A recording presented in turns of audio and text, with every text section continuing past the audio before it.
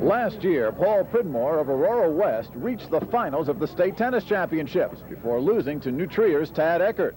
This year, Pridmore is back after a semifinal win over the same Tad Eckert who beat him a year ago. He'll meet Aurora West teammate Jim Panagopoulos in the singles final. In doubles, Chris DeVore of Decatur Eisenhower teamed with brother Adrian to win the title last year as a freshman. He's back again with a new partner looking for his second championship in a row. The Illinois High School Association Boys Tennis Finals, singles and doubles, coming up next right here on Sports Channel. From Hersey High School in Arlington Heights, Illinois, Sports Channel presents the 55th Annual Boys Singles and Doubles State Tennis Championships. Well, the rain has held up for now. There are no guarantees what's going to happen later in the day, but for now we are underway with the singles and doubles state tennis championships on the boys' side. Hi, everybody. I'm Mike Lederman. Joining me, the Bennett Academy tennis coach and noted tennis fan over here in the Chicago area, Michael Hand.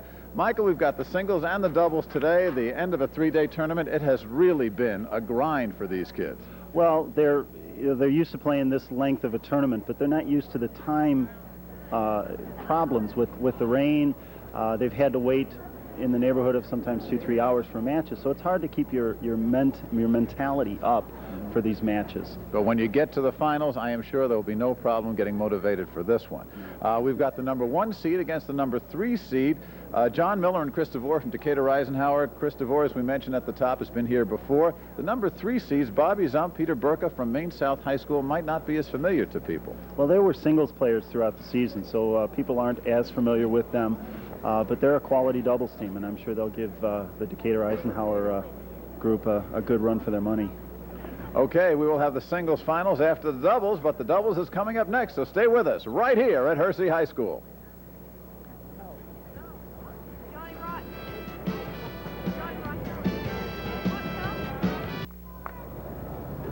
There's the scene at Hersey High School in the near court. Chris DeVore getting ready to serve with his partner John Miller for Decatur Eisenhower against Maine South. It's Bobby Zump on the return. You're gonna see a lot of that with returns at the feet, and that's exactly what you want to be doing.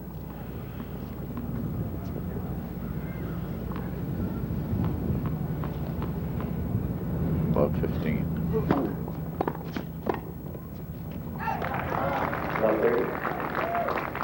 The first 2 points, above 30, going to Maine South.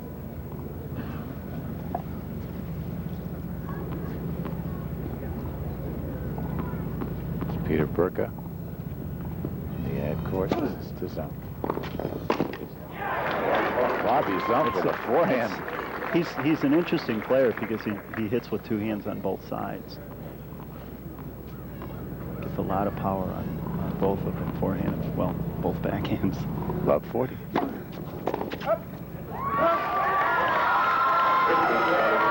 That'll break the ice. Chris DeVore, a sophomore here. It's so important to communicate as doubles partners, and they'll talk a lot between points. Take a look at their setup and show you. Just wide by Zump again, so it's 30-40. And you'll see they play a lot of flying eye formation. Yeah, exactly. Decatur Eisenhower. It's almost more of a confusion. You're trying to hopefully pick off some balls because the receivers don't know exactly where you're going. Director Mike Lear will give you a shot when they do it. Right now they're in the conventional setup at 30-40.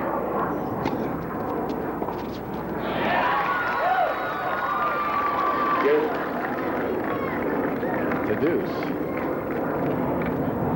First game, first set. DeVore on the left, Nelson on the right.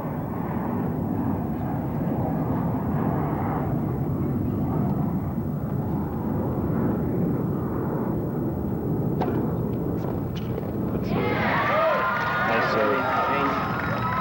Swung him right into the alley. Right into the alley, and see how this looks. And you'll notice John takes a step over and then goes over to cover the alley. Back live, first serve fault.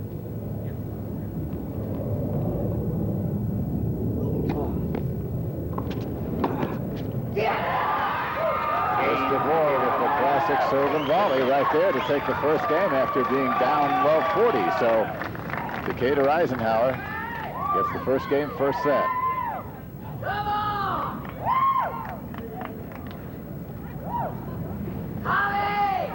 There's a look at the Maine South team. Bobby Zumpf on the right, Peter Burka on the left.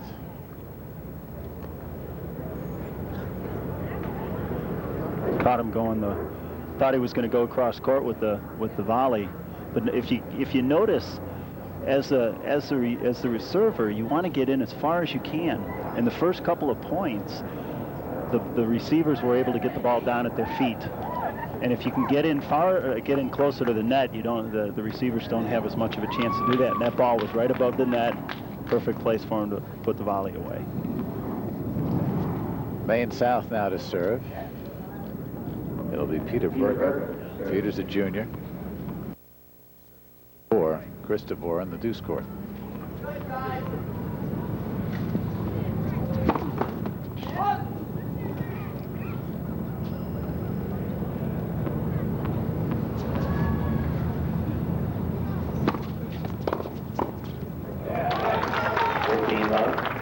The Maine South is a little more traditional. If they see it, they don't use as many signals. But I think Chris thought he was going to poach, and Bobby stayed right there and put the ball away. 15 love. That's a nice shot. That's a very nice shot. Not a whole lot you can do about that. Well, if you're going to go wide to the back end, you take your chances with that. Well, the netman also has to realize that and cover a little bit. At 15 all, first serve a fault.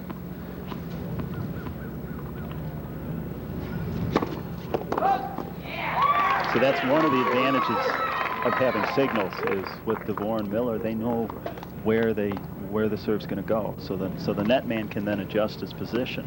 Whereas with Maine South, you have to adjust on the fly. If you see the ball going wide, you have to move. And on the previous point, he didn't. 15-30.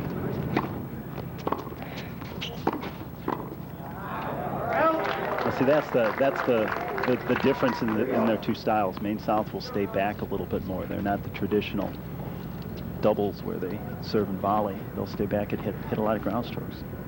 At 30 deuce.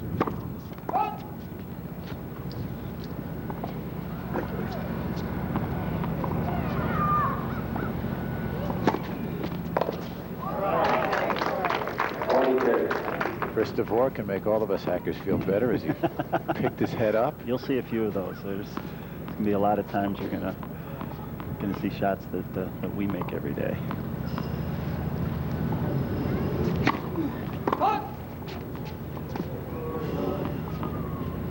A couple of whistles in the stands there as Burka serves second.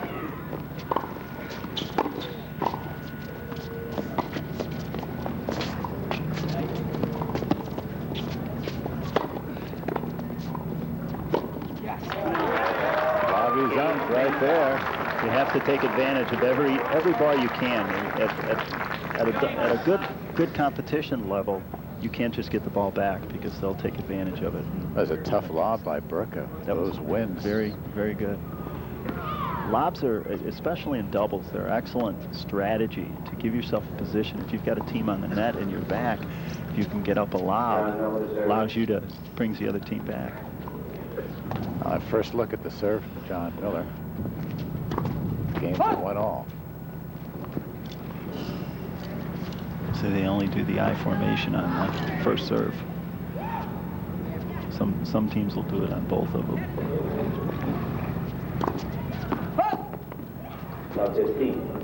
Not a good way to start. Not a good way to start off your serve. Maybe a little nerves. Chris has been here, but this is John's first. Chris a sophomore, John is a junior. And both the Maine South Hawks are juniors.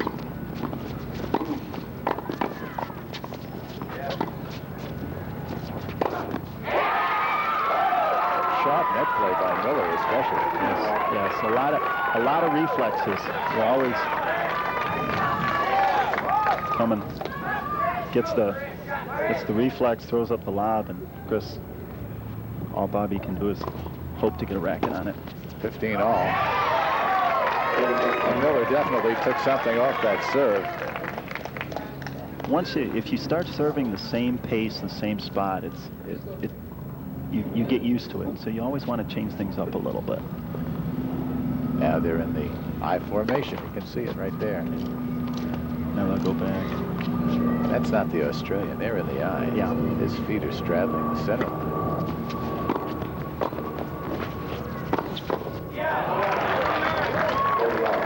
Again, that's their different style. They'll stay back, and if you give them a chance to pound some arm stroke at you, you're going to make some mistakes at the net. 30 all.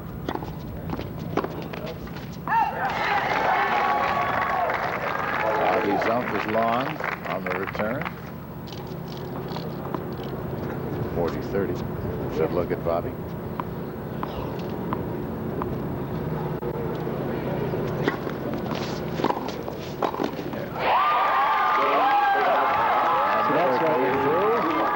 Easily with the put away, and they will change over, still on serve, with Decatur Eisenhower leading 2-1. Get the serve in. See what they're doing with that step. If you can bother them enough that it'll take your eye off, and you'll get an easy put away volley. But Decatur does a lot more movement at the net. They'll try to. As we wait for the players to come out on the court, both teams had fairly easy paths to the final. First of all, Decatur Eisenhower, as the #1 seed, had a first-round bye, then went 1-1 against Joliet Catholic. Love won against Conan, 2-1 against Springfield. They were only extended a little bit by the Bloomington team of Dennis Alexander and Brad Hawthorne at 2-7-5. And in the semifinal, made quick work of Adam Goose and Brent Stooley of New Trier, 6-1 and 6-2. And we'll show you Maine South's road on the next changeover. Bobby Zump to serve. Bobby, a junior, matches on serve right now. 1-2 here in the first set. Singles to follow, and the sun has made an appearance. First time in 2 days.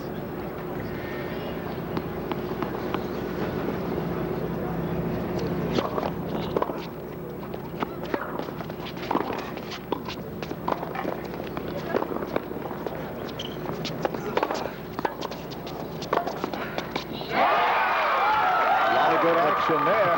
What can you say? That was just a good point.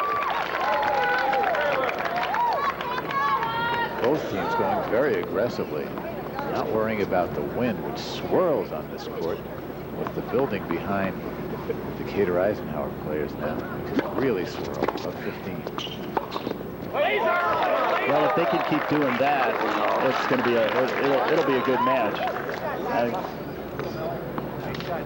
I have a hard time having doubles players stay back.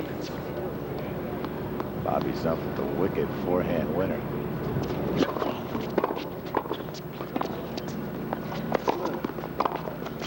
Out! 30-15.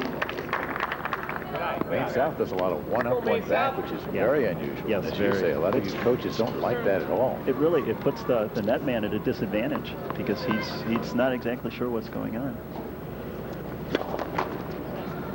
Especially when you got your opponents coming up to the net on you.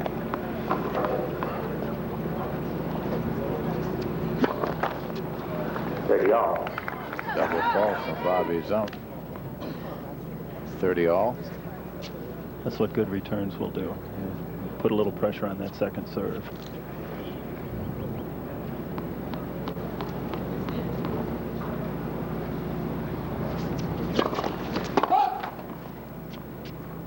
Deep first serve.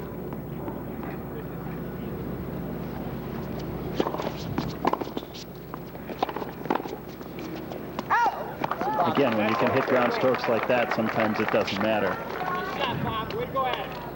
Again, you see the one-up, one-back, and it's very unusual at this level of competition. Very. especially if you've got the opponents coming up to the net, it gives them an out. If they're in trouble, you've got that player at the baseline that you can hit at.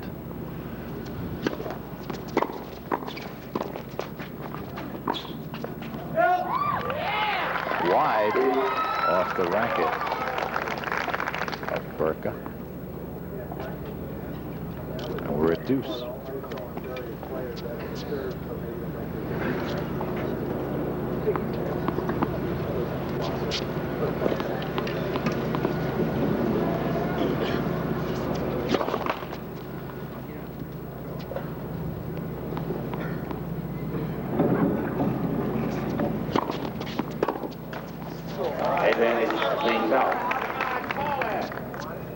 Advantage to Maine South.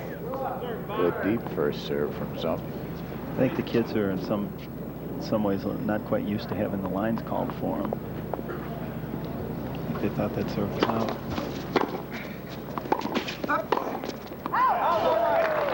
And Chris DeVore missing the backhand volley, and we're tied at 2 here. Yesterday's action all taken indoors because of the heavy rains here in the Chicagoland area. Today, still pretty iffy this morning, but so far the rain has held off. And now once again, Chris DeVore to serve.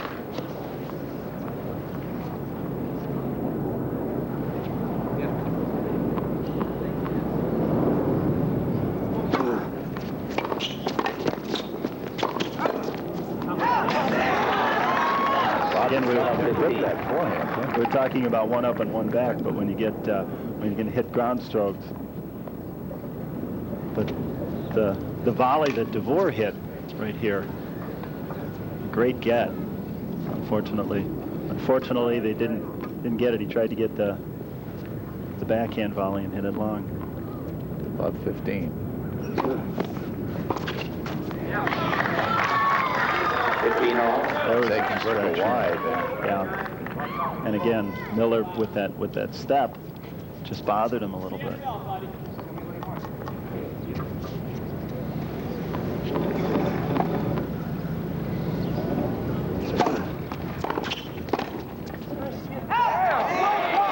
Right at the feet. Nothing to do but volley it up. 15-30. Chris DeVore is having a little problem with his volleys. Chris is a comparatively tall player. Got to bend those knees. Tall guy's got to do that at any level. Yes.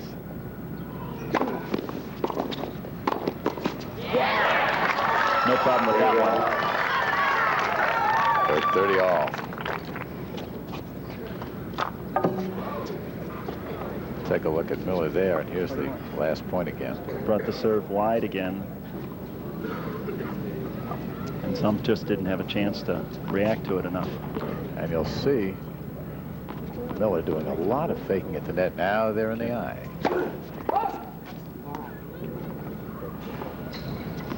And watch the back of Miller signaling there. He's pointing to the middle. Yes. Good deep volley. The signals are good and bad in some cases. Some coaches are of the opinion that signals are good, but the wrong person is actually giving the signal, that the server should actually be giving the signal because he knows what best he can do. But it's kind of hard to do that because your opponents would see it. Right. So you need eyes in the back of your head if you're at the net. Yeah. So the server can actually call him off of it. Say, no, I don't want that one. Give me a different one.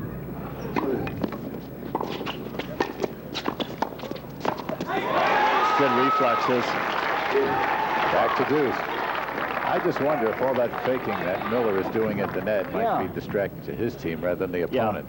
Yeah. You sometimes wonder if it doesn't give him enough of a chance to get set, and he just sticks the volley up and some puts it away. Back live out of the eye. Another good get from DeVore. Advantage to Chris DeVore and the Panthers of Decatur Eisenhower, and they'll go back into the eye for this. You see Chris will be serving right close to the midline. In that case, he actually gave two signals. He gave a signal. He gave a signal to which side to serve and which way he was going. Well, we're on serve, and we'll be back to Hersey High School in just a bit.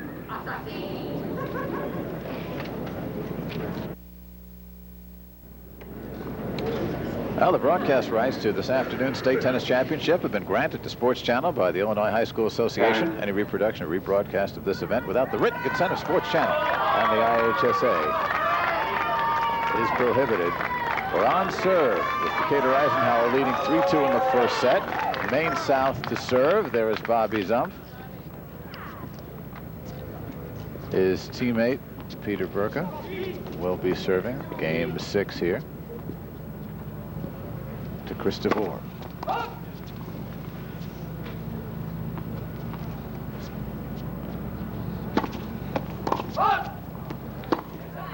And again, a double fault.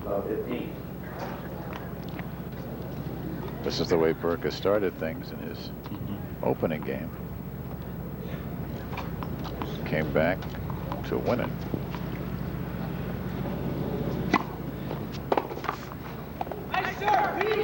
Sometimes you can change it up enough and just get it in, and it throws off the timing of your receiver, and that's basically what happened on that point.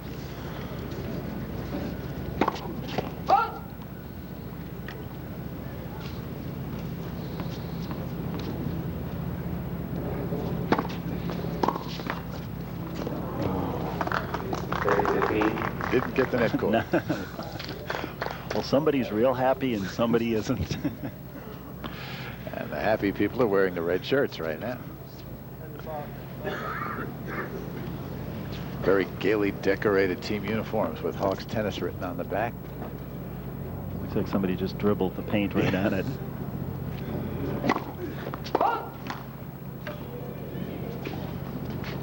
Second serve coming now to Peter Burka. You got to get the first serves in, and when you get a second serve, it's not quite as hard. It's a little bit more spin on it, but you tee off on it, and your partner sometimes is at a risk. Lots of open court for Bobby Zumpf. 40-30. Miller almost looked like he thought the ball was the serve was long because he didn't even take a stab. Might be another example of you're indicating how the players are not used to blind people making calls.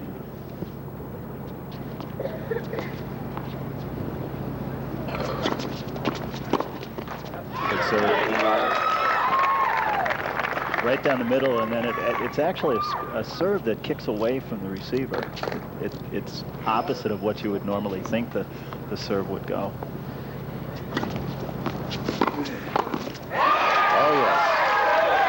That's a classic poach. Serve wide, a good serve, and just come on over and put the ball away. 15-all.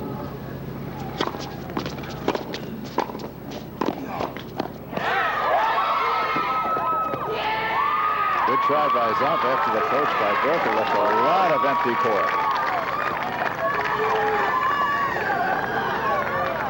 Good volley, and Burka just didn't quite get enough of the racket on it. Actually, it was just a reflex volley from floor.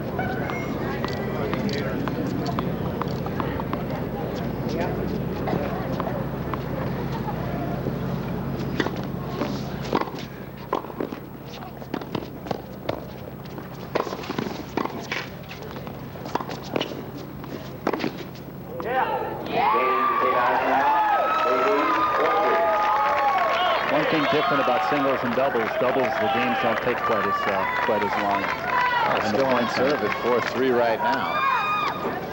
Decatur Eisenhower ahead. We'll take a look at the road to the finals for the Maine South team of Zumpf and Burka. Again, a first-round bye.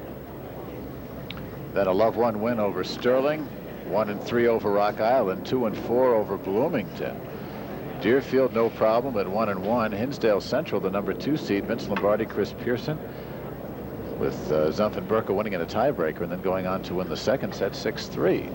That was a bit of an upset there, and we find them here.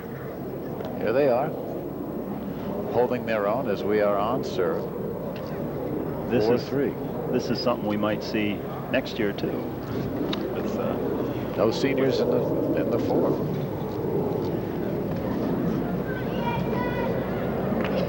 Time. Chris DeVore and John Miller. Chris DeVore.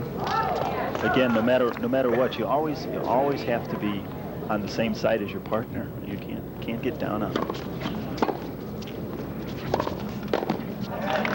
15 love.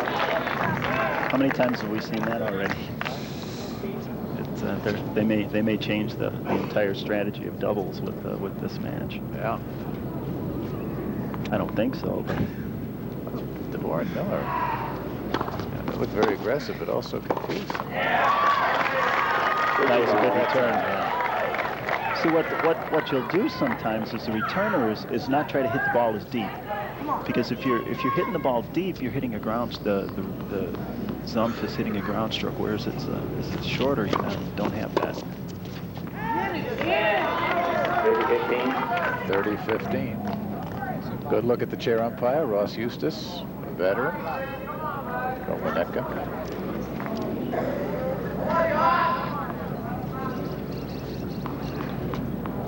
Bobby Zumpf serving 30-15.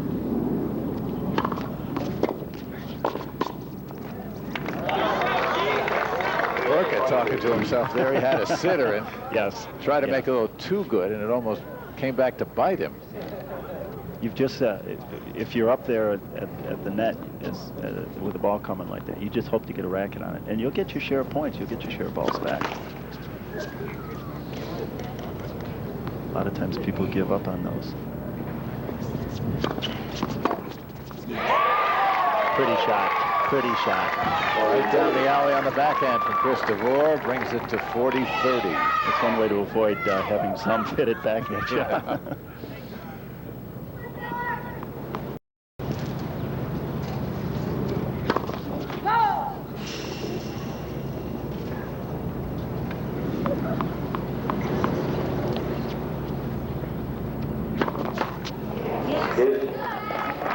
Undercover falls from Bobby Zumpf, brings the game back to deuce.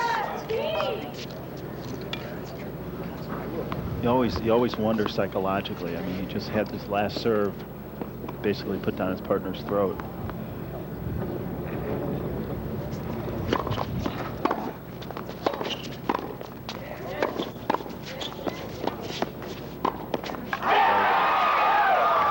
John Miller put it away, but Chris DeVore made that point. Yes, and you talked earlier about bending on those two volleys that DeVore hit. He was down.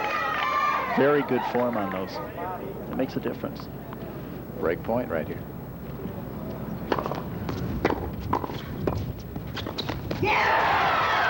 There's that's how it gets it. They get the break. It is 5-3. They will serve for the first set. That's the case. You just have the racket in front of you. He's not trying to do anything special with that. I think he made a good point where he felt Bobby Zumpf lose confidence in his serve as he went, following that mean backhand down the alley by Chris DeVore. Now here they are in the eye, serving for the first set. Good volley. Too bad it doesn't count. A lot of players are like that. Darn, why wasn't that serve in?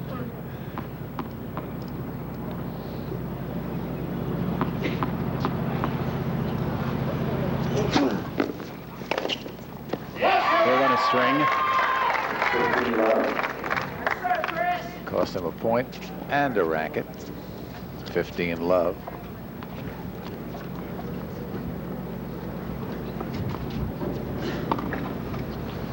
Chris DeVore's brother Adrian played singles this year and was knocked out in the quarters. Now they want to have a conference. It's almost like the catcher and the pitcher coming out. The pitcher doesn't like the signals he's getting. Have to reevaluate. Right, no. Yeah. They still have to discuss it some. 15 love. There you see they did the reverse. Yeah. And that's a case where saying that Chris knew what he wanted to do, but John's the one that's given the signal. So Chris basically shook him off.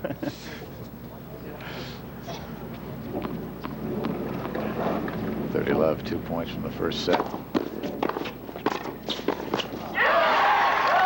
love. Again, Miller with the step in. And the pullback at this point seems to have its effect. But it was a good return by Zumpf, and as equally a good volley by DeVore. Look at Burka. Triple set point. Wide.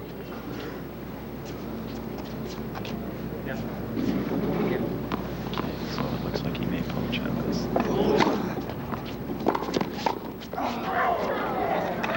You called it. And he had it too. Yeah. He had it. That's one of those you want back. 40-15 double set point. It's very interesting watching this team play tennis. See the signals in the eye. Good serve. Long on the return, and a good, powerful serve by Chris DeVore, and that's the first set. 6-3 to Decatur Eisenhower. We'll be back for the second set in a minute.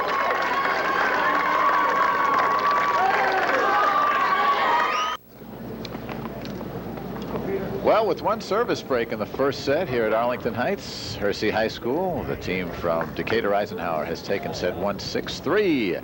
And with that, we're ready to start set number 2. Peter Burka to serve. All right. Pressure continues from the Panthers. Chris DeVore and John Miller.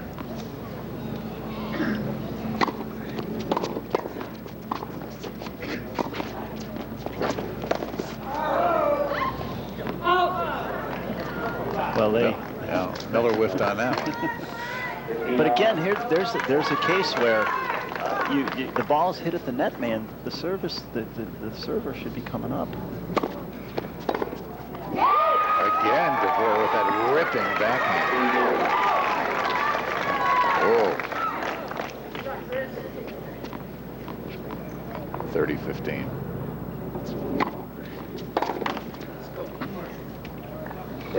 John tried to duplicate. Just hit the top of the tape. 30 all. First game, second set.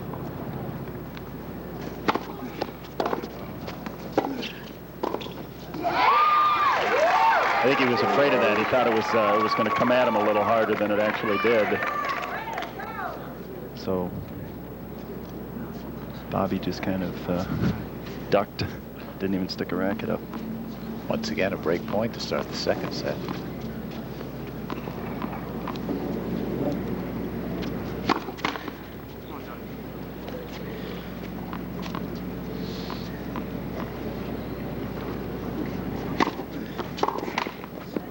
Deuce. And back to deuce, or we're at deuce.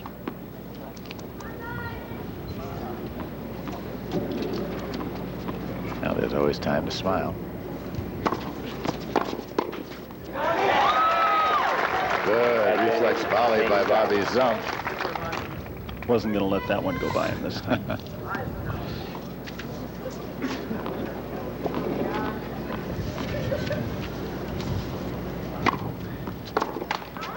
Game Maine South. First game. Maine South takes the first game.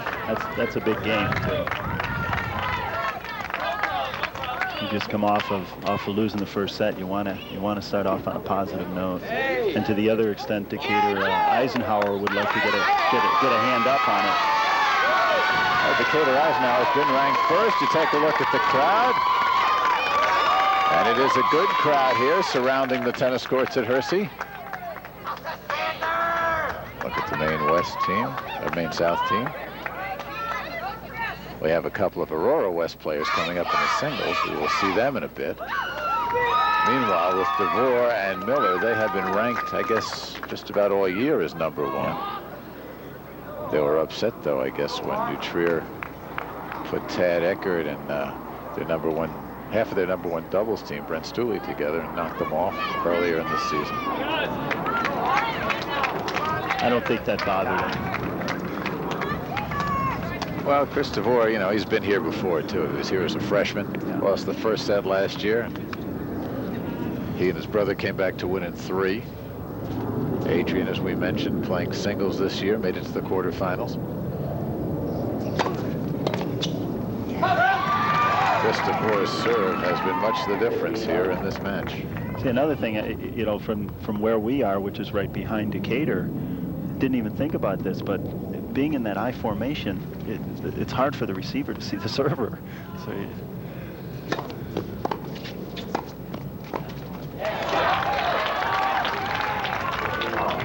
15 all. That's very true. We are literally right behind them, and we'll speak very softly. Now, as a net man, your responsibility is anything you can get to, and in that case, Bobby was able to get to that return. Serve right on the line. Ready, 15. Shot was out, 30-15.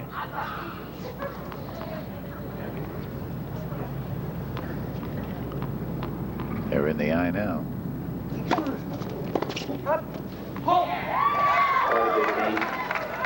And I don't know if it's the formation or just the power of that first serve. I think it's a little of both, because they're picking on Peter's backhand and going wide or going basically right in, almost right into his body. He's having a problem with it, and if somebody's having a problem with it, you're going to go at it as much as you can. 40-15. Again, the I formation.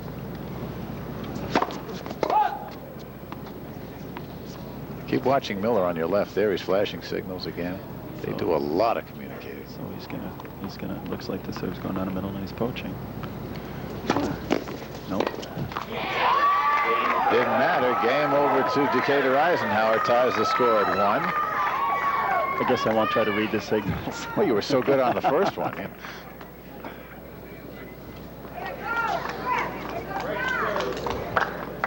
Well, he took that step into step the middle. again, and just netted the return.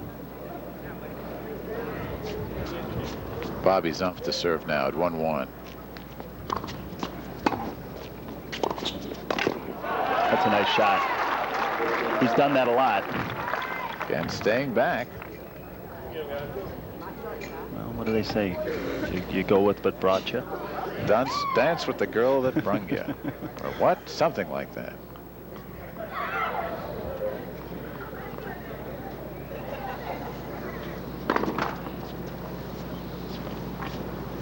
Of course, we're talking about the IHSA. Really should try to get it grammatically correct.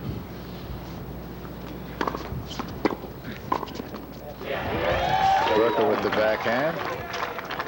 The volley at the net, and we're at 15 all. It's so hard to teach players that they want to be set in that one spot at the net. That you got to teach them to be aggressive and to go after anything you can. 15 all.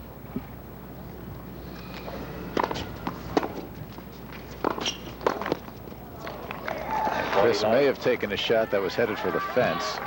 Yeah, I think that might have gone out, but I think he thought he had a shot down the line. He's also feeling very confident now about his volleys. 30-15.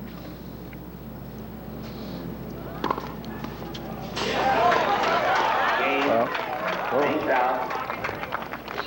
they lead 2-1. Chris is looking at it, thinking it was out. I'm not sure that it was out or long, but let's see.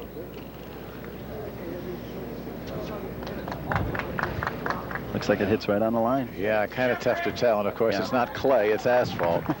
Yeah. Plus, you know, that ball skipped. Whether it hit just a little. There are a lot of ridges and valleys on this court. We know that, and there'll be a lot of balls skipping, but it is game to Maine South. Yeah. Again, which is good for them. You lose that first set, they've come right back tough, and they're hold their serve twice. Well, it looks as though the Decatur Eisenhower team is more physically imposing. Yeah. You know, I don't know what that's going to mean, but so far it's meant a lot. Here's Zumpf and Burka. And here's a look at Bobby Zumpf on the serve.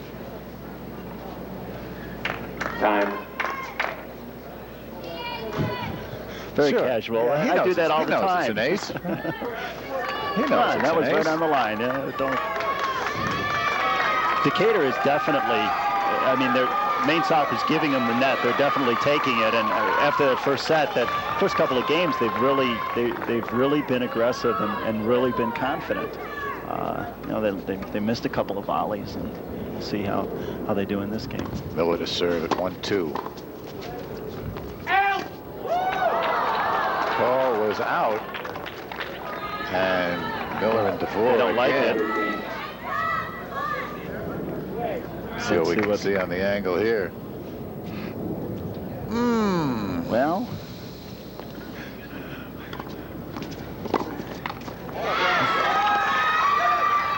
15 all. Okay. Whoop. We're at 15 all.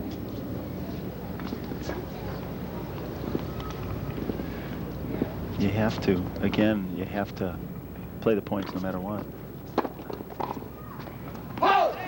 Whether you think they're good or out, you know, they're not used to it. They're not used to having somebody call the lines for them.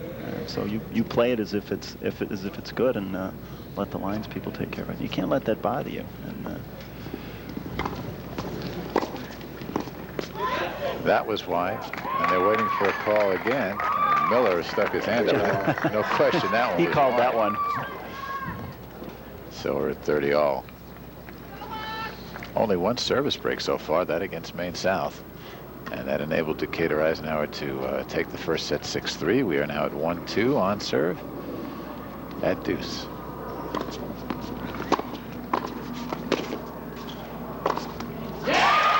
With emphasis.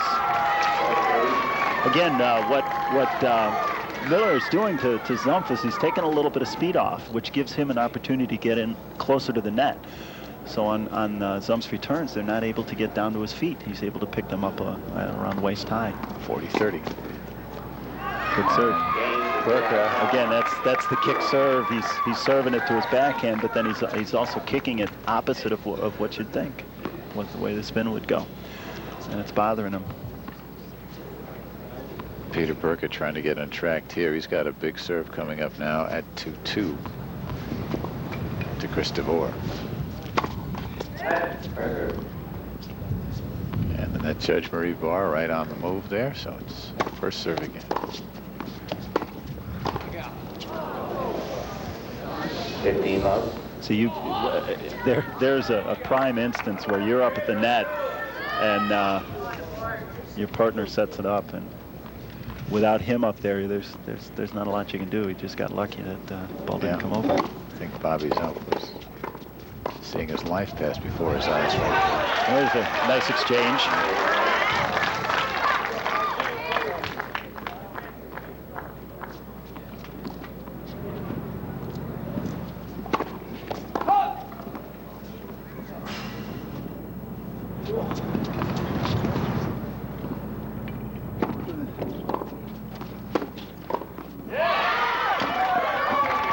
Not quite there.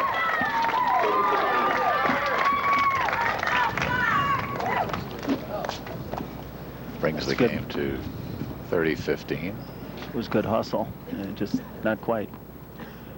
When in doubles, I mean, you've got two people covering almost the same amount of court as you do in singles, and it's a matter of just angling it. You're not necessarily gonna hit it through people, but you're gonna try to hit it where they're not.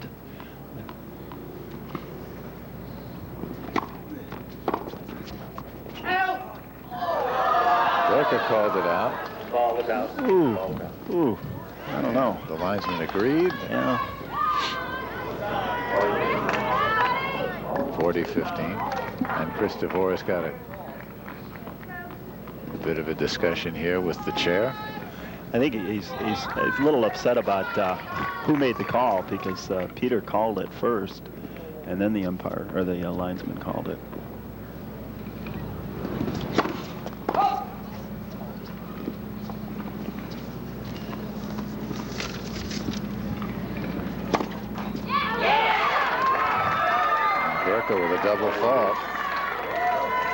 Not able to follow up on the distress of the opponents. You don't want to give him any more breathing room than you have to. Well, it was interesting because watching it, it looked like he just threw the toss up too high.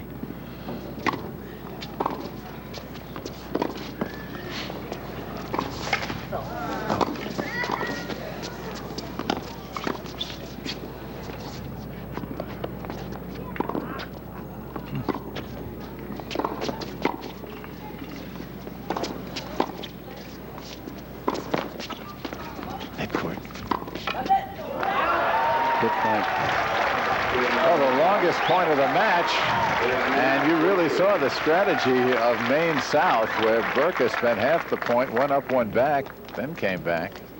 Whatever it is, it's game, and let's show it to you again. And actually, they're up at the net. Point, right? They're up at the net, and Chris got a little unlucky.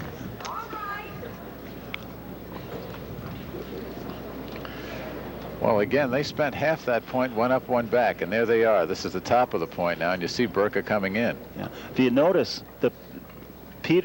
Bobby never looks back. Well, that time he did.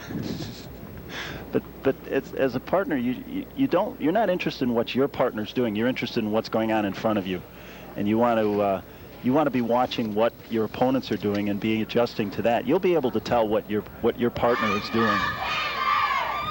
Plus, at the net, you don't have enough time to turn your head, turn back, and react to any balls coming at you.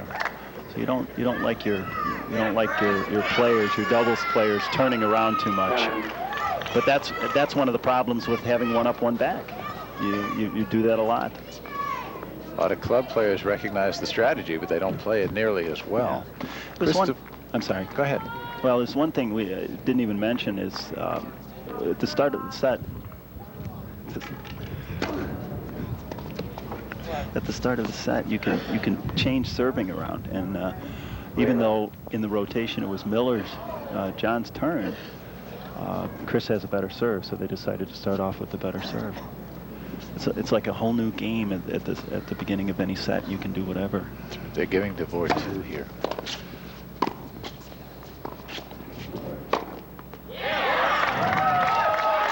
Put away by Miller. I guess what happened on the first serve, Burka dropped his racket and distracted DeVore. And when the serve was long, Chris said, "Hey, you know,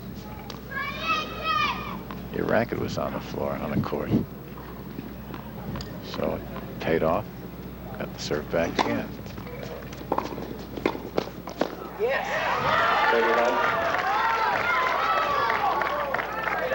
Just not quite long enough. Didn't have quite the arm span to get it. A good idea to cut in front and take that volley, but couldn't quite get to it. 30 love. Here's the eye.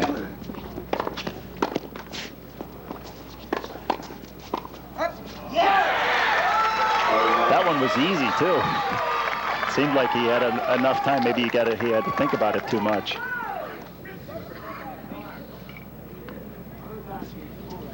Well, let's see what they're going to do here.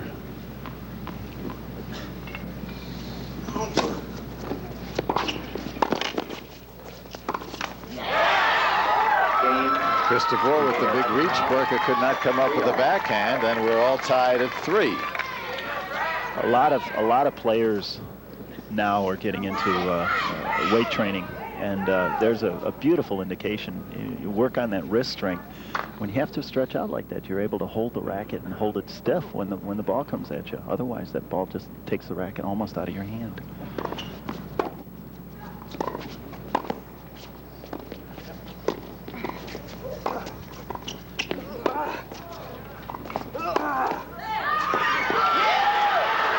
What an effort. Good action. What an effort. Once again, it's Decatur Eisenhower with the point.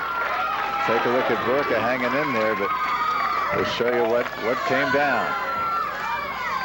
Just inside the sideline, and again, there's an indication you want to go where they're not. Yeah. Love 15. Second serve for Bobby Zone. It's also safe to say they're going at Peter more than they're going at Bobby. Love 30 on the double fault off the racket of Bobby Zone. at this level, you can't just play. You've got to develop some type of a strategy. And you know, it seems like they're trying to pick on Burka.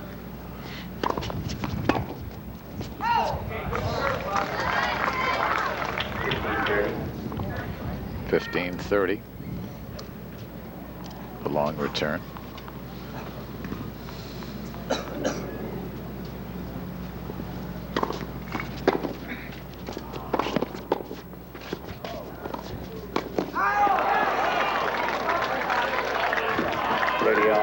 Good first volley. Again, I think he'd like that second volley back. It's almost as though Miller and DeVore are saying, why aren't you up at the net? To some respects, yes. It's confusing them a little bit, but they don't seem to be having too much trouble with it. Almost sense that. Well, they've got enough time to hit the volleys. And even though it's coming back at you that hard, it's not that difficult to hit it. That's a nice shot. That's a nice shot. Two-handed backhand by Bobby Zump with a little bit of oomph.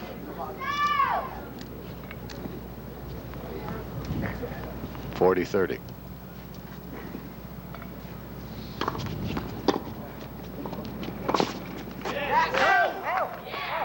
The call was out. Zump had the room. I think Decatur was happy that one was called out. They haven't been real happy thus far with some of the line calls. Game is deuce. That's a big point, too, coming back from love 30.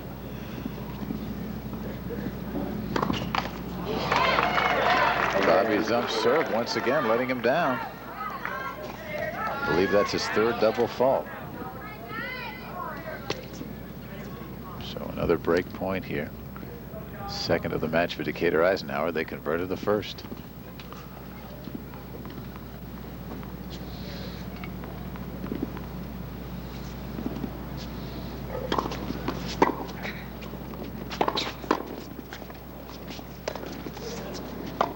Not that time. So the break once again for Decatur Eisenhower, and we shall break and come back in just a minute. Decatur Eisenhower now with the lead at 4-3 and will serve.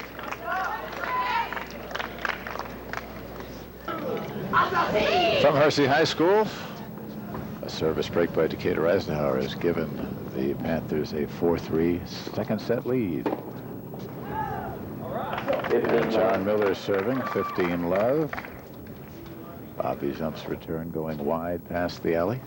I'm Mike Liederman along with Michael Hand, and we're bringing you the Boys State Tennis Finals, the 55th Boys State Tennis Finals here at Arlington Heights Hersey.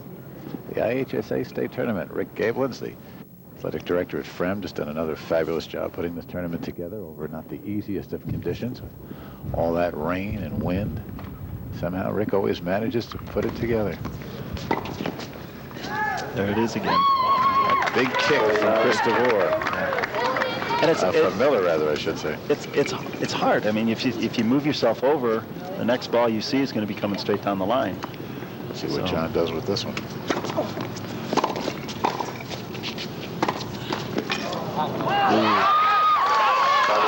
Got a break. Yeah. And if anybody needs it right now, it's not Decatur Eisenhower. No. Now see, you like to tell players if you can see that serve coming, you want to take it. You want to move in and take it earlier. You want to just try to block it back. That way the ball doesn't get to bounce as far away from you, and the kick then doesn't take as much effect.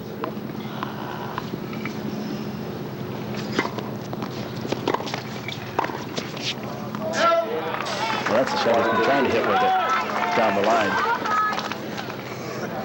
Miller missing on that one. It's 40-15.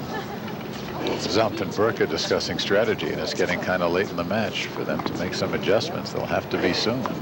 Lost the first set, trail in the second, 3-4. Good return by Zump. Well, there's a good start. Absolutely. It's unfortunate we can't see the back of Chris DeVore right now. I'd love to know where this serve is going. From 40 love, we're at 40-30.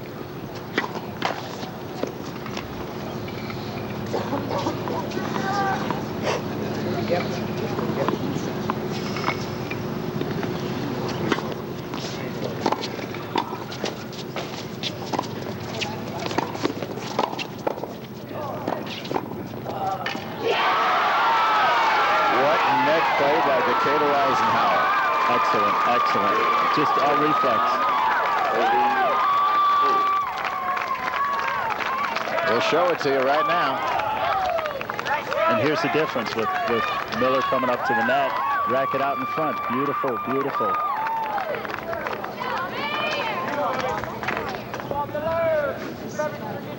Just stick the racket out. Back live now, and Bobby Zump put away the volley. That's really almost the first point I've seen him actually poach. Really come over and take that ball.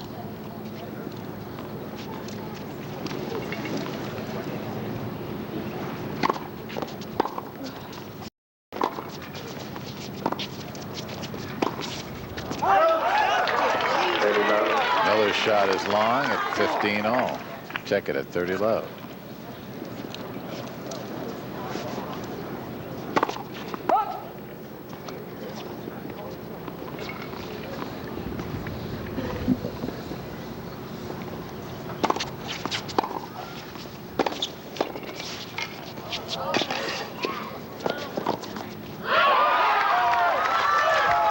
Actually, I think Bobby made a mistake and should have gone for that one. Well, if you're going to hang back, you have to have a real strategy for getting those, because these guys are going to hit him at you that way. Yeah. 30-15.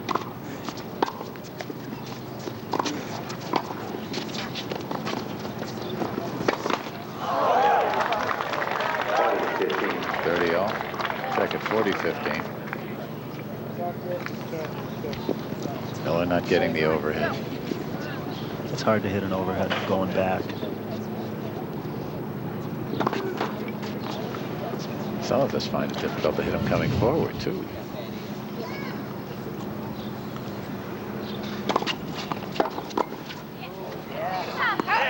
Almost. 40-30. I don't know. I think I'd be afraid standing up there with that ball coming at me like that. Well, I think Chris DeVore is, I think, 15. Is he 16 yet? Not sure. Miller wide on that one, and it'll be game to Maine South 5-4, but Decatur Eisenhower will be serving for the match. That was just almost a little over-aggression on Miller's part. I'm sure both those guys feel very, very confident now over on the Decatur Eisenhower side. We'll take a look at the last point here. As they've done all match, just come up and he broke the cardinal rule almost. He tried to tried to hit that one too hard, or basically the ball was behind him. He didn't stop to hit it, and there was almost no need to do that. He could have stood there and just placed the ball and won the point. One thing Decatur does not want to do is play loose points right now, because they've got the match on their racket. Well, I think they're real confident with, well, they haven't, neither of them has been broken all match, and you've got Chris, who is the better server, up right now. Chris DeVore looking for his second consecutive state doubles title. Last year with his brother, they won in 3 sets. This year they're looking for a straight set win over Maine South. The match right now on Chris DeVore's racket, and there is Chris.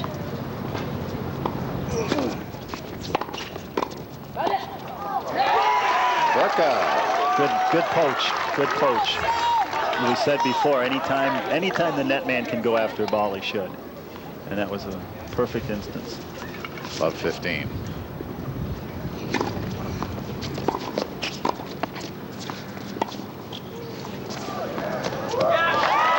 Pretty loud.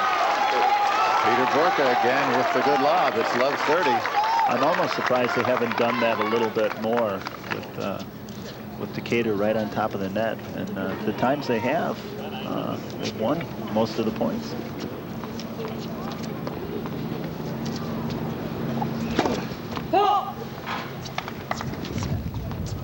Second serve coming up now at love 30.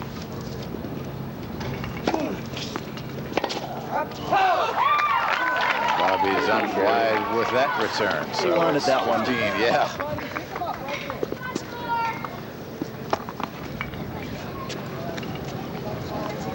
You know, coaches always talk about big points. I mean, they're all big points. But you gotta think that this one's. I mean, South really needs this one to try to get 2 break points. 15-30. There it is. They do. 15-40. And the big opportunity here, the first break points of the match for Maine South. Just a little loose on the volley. Just didn't get it up enough. But also, it's a good return. The return is right down at his feet, and not a better place for it. And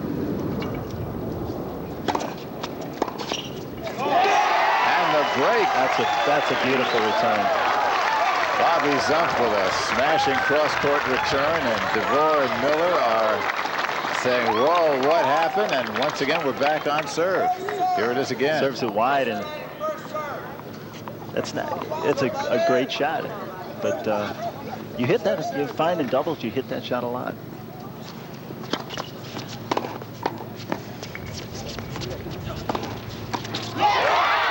Loaded that one up with topspin.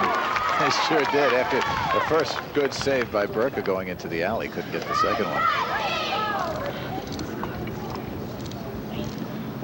He just, I think he was licking his chops when he saw that come back.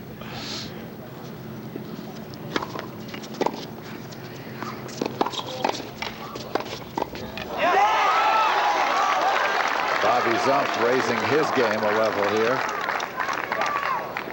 It seemed like for a while Maine South was really down, and that break really picked him up.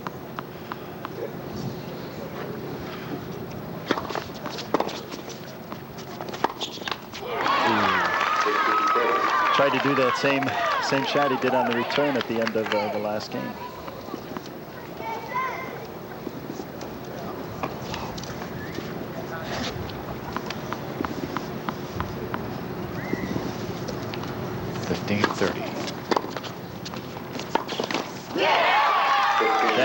That's something I thought Decatur might have tried more of, is to hit the ball short and make the server, in this case Zumpf, hit up on it instead of hitting ground strokes from the baseline. Double break point now for Decatur Eisenhower.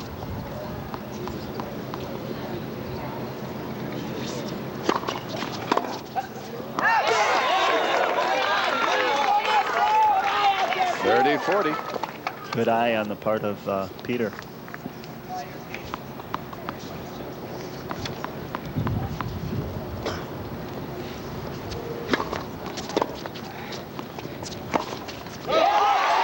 Well, so much for that strategy. Yeah. You just wonder, there's so much open court there. That's the spot where the server would normally be as he follows up and rushes to net.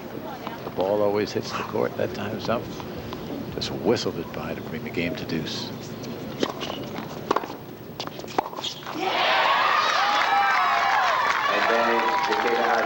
Adrian DeVore on the backhand.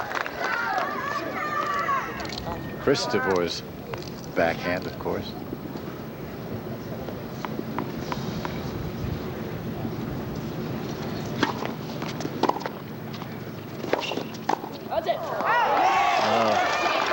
Miller right away, I think, saved him.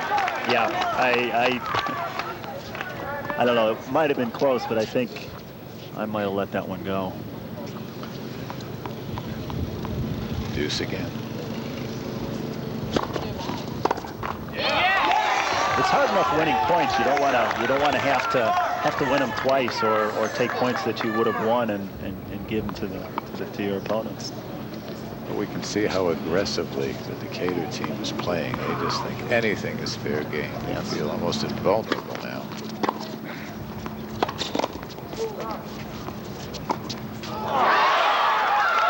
Peter returned the favor. Yeah. Big miss right there.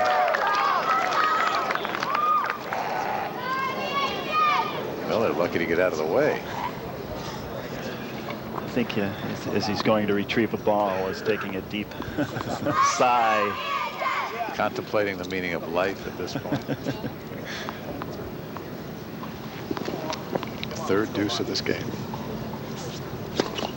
Left. First serve.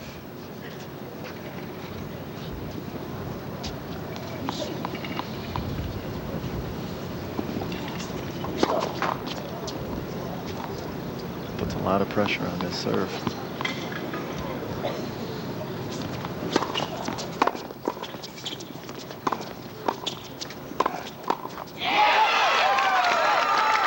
Well, that's 2-on-1 right there. Don't even let Bobby Zumpf in the point. Actually, it was 1-on-1 as it turned out. Yeah. Miller is just watching too. Second break point here.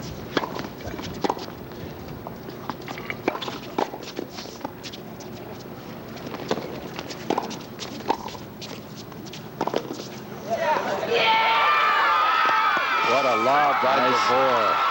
Took a page out of Maine South's book. Chris DeVore with the lob for the game winner. And once again, Decatur Eisenhower has the match on its racket when they change sides. You got a case here. But Peter throws up a lob, and now actually it roles are reversed. You've got Decatur Eisenhower at the baseline, and yeah, what's wrong with this picture, eh? Oh my, Bobby can just sort of watch that one. Yeah, he's nice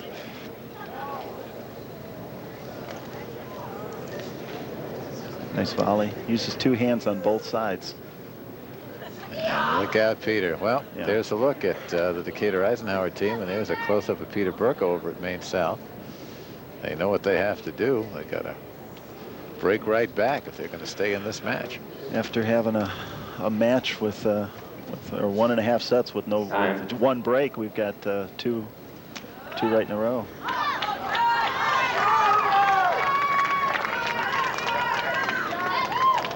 Well, here they come, the 12th game of the second set. Decatur Eisenhower winning the first 6-3. Now looking to hold serve here and win a state title.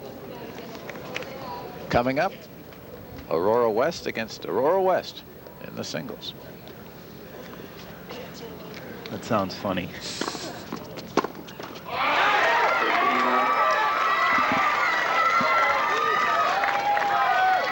Love. There's Sean Miller.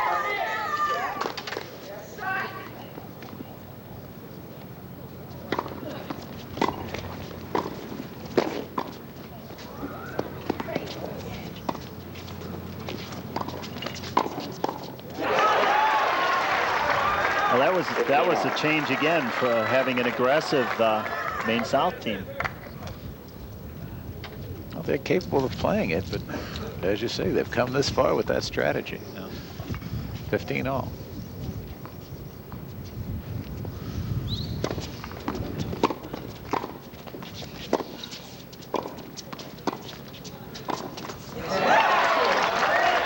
Chris DeVore was hitting him like that at the beginning of the first set.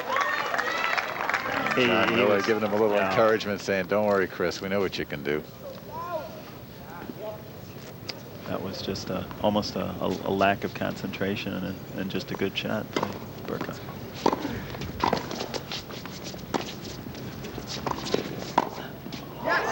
Wide by Bobby Zumpf. We're 30 all. Big point. Ooh. There's nothing you can do about those. You just, if you had a time machine, it could bring it back. And just, can I have one more chance at that one? I mean, the whole court's there. You just tried to make it too good.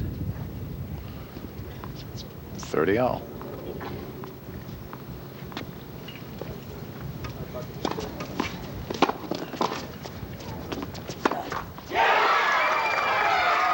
Once again, Bobby Zumpf finding the net instead of the other courtward. Match point number 1.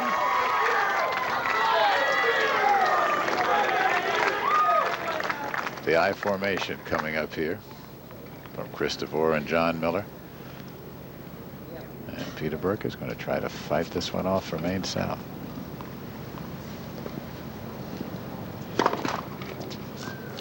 That one almost hit Chris. You could see he was down there knowing where the serve was going. Oh, that's it. 6-3, 7-5. The champions from Decatur Eisenhower, Chris DeVore, John Miller.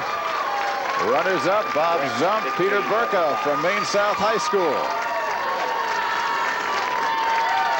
I think that I think when we talked at the beginning, we were wondering how well Maine South would do. They held in with that style, but I think in the end, just little points here and there is what hurt. Here's match point again. Just a straight backhand that found the net, and you can see the jubilation on the other side of the court. And here it is from the serve from Miller. 1, 2. Good. That's it. That's it. So, the winning team for the second year in a row from Decatur Eisenhower, 6-3, 7-5. Let's go to Tournament Director Rick Gablins for the presentation of awards. Our coaches, please come to center court.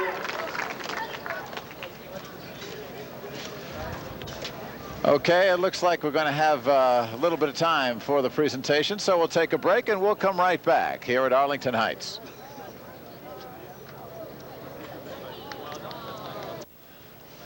All right, let's go to the award presentation, and David Fry of the IHSA. Just before we go to our singles final, we want to present awards to our doubles participants and winners and our team trophies, which now have been decided.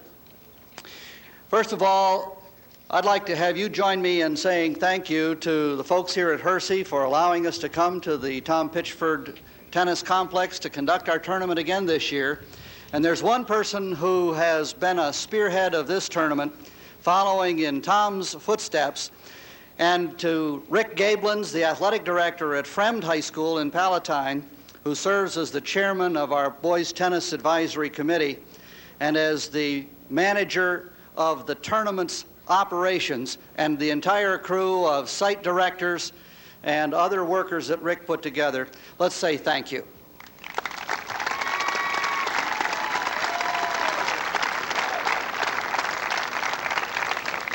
And Rick will be helping me with a presentation of the medals. First of all, in doubles, as you know, we had to cancel the back draw, and consequently there are no 6th or 5th place medals being presented. We did not play the 3rd place match, and consequently will provide duplicate medals to the 2 semifinal losers. We've flipped a coin, and Rick will present the medal for 3rd place today in doubles to Hinsdale Central's Vince Lombardi and Chris Pearson.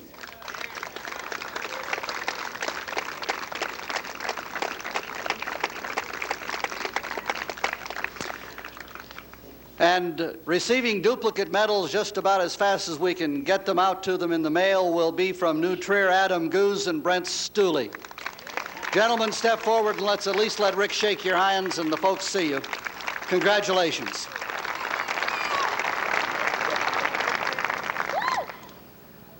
Runner-up in the match you just saw from Maine South High School, Bob Zumpf and Peter Burka.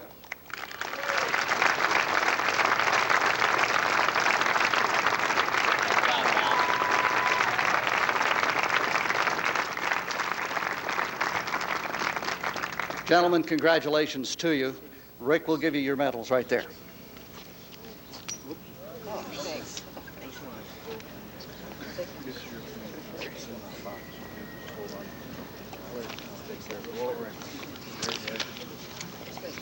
Yeah, that's just awful.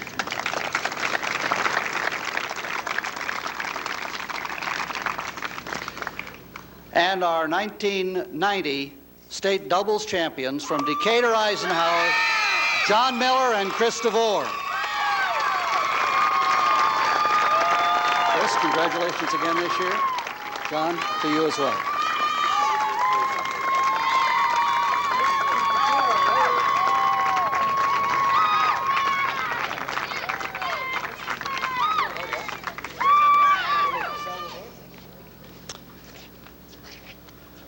Turning to singles, we have the same situation on that back draw, and we'll do the same on the third place medals. Taking home the third place medal, let's get both of these fellas out here. From New Trier, Tad Eckert, and from Hinsdale Central, Kasra Medhat. And Mr. Medhat, you won the toss again. So, congratulations to both of you.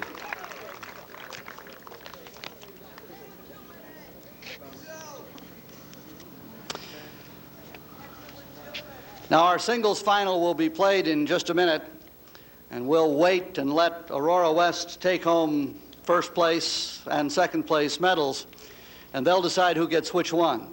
But we want to turn to the team results right now, and we have trophies and team medals for the top 3 teams. I'm going to ask Coach John Snyder to come and receive the coach's medallion for third place with 35 points, New Trier High School. John, congratulations. Would you then, after you receive your medal, introduce your squad members as Rick gives them medals? Sure will.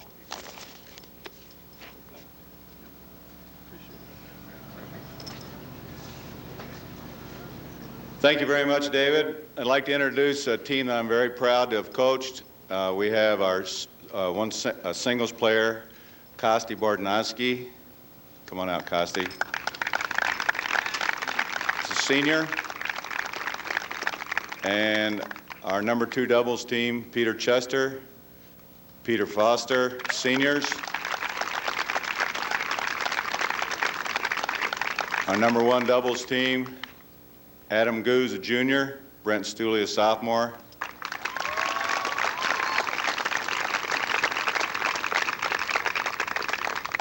And our captain and senior, Tad Eckert. Thanks, Dave.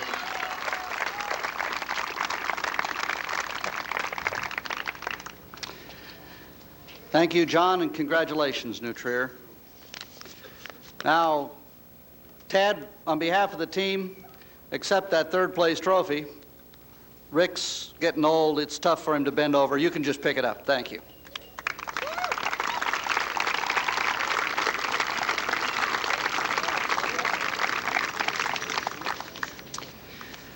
Decatur Eisenhower is our runner-up team this year with 36 points. Coach Bob Nelson. Rick will give you a medallion, and then you introduce your players to us, please.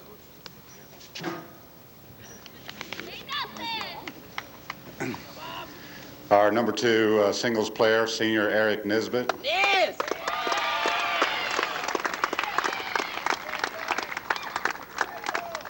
Our number 2 doubles team, senior Keel Robinson and junior Marcus Fortense. Yeah!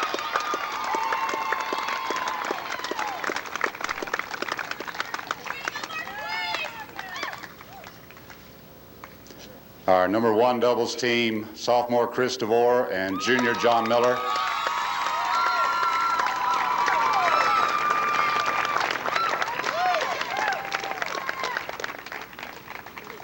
And number 1 singles player and captain, senior Adrian DeVore.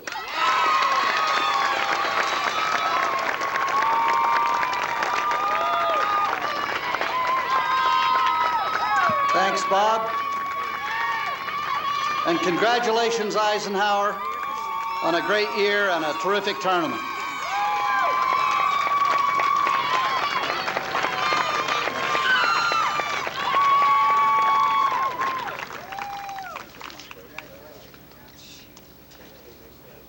The 1990 boys state tennis team champion with a total of 42 points is Hinsdale Central High School.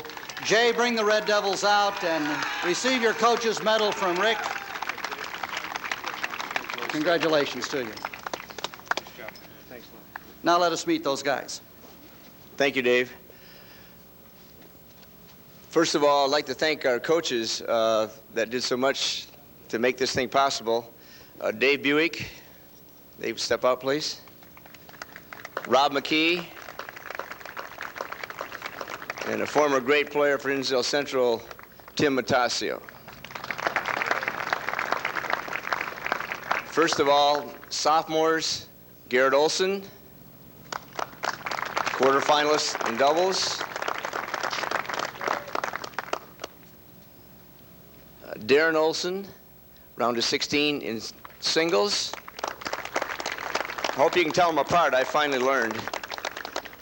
John Fee, Jr., quarterfinalist in doubles. A junior, Chris Pearson, semifinalist in doubles. A junior, Vince Lombardi, semifinalist in doubles. A senior, Kazar Medhat, a senior, semifinalist in singles. Our two captains are Kazar Medhat and Chris Pearson, and I thank you for a great season. Thank you very much. Thank you, Jay. And Red Devils, take home your championship trophy. All right, we'll be back with the singles final in just a minute.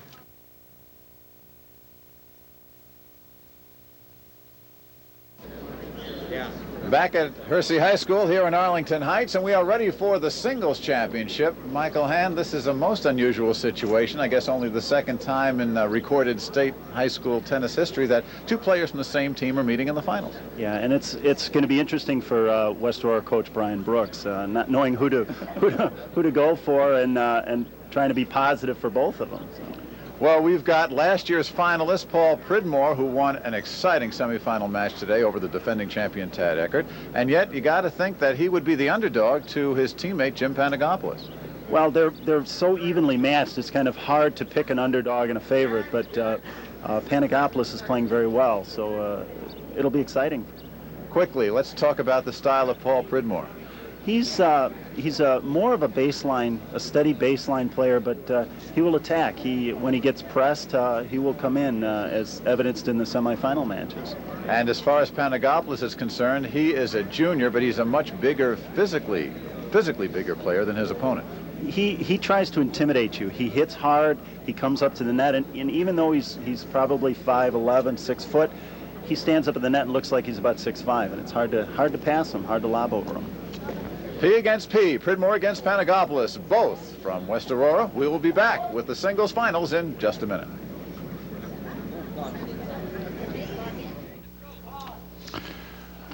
Well, the weather has become more of a factor. The temperatures have dropped, the winds have picked up. There is a definite threat of rain. You're looking at Jim Panagopoulos in the near court. There is his opponent, Paul Pridmore, to go, both from Aurora West.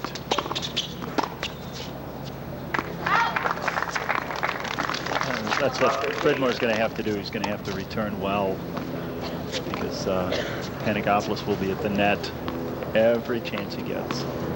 Jim is a junior, 6 feet tall, glove 15. Big serve and volley player. He looks bigger than he is. There's Pridmore. He's about 5'10", second time in the finals.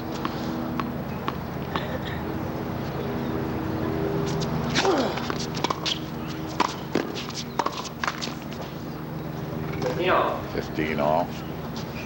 Panagopoulos had an easy time in the finals against Medhat of Hinsdale Central, won in love. On the other hand, Pridmore, a 2.5-hour marathon against last year's champion. He defeated him a year ago, Tad Eckert. Tell you more about that later. 15 all.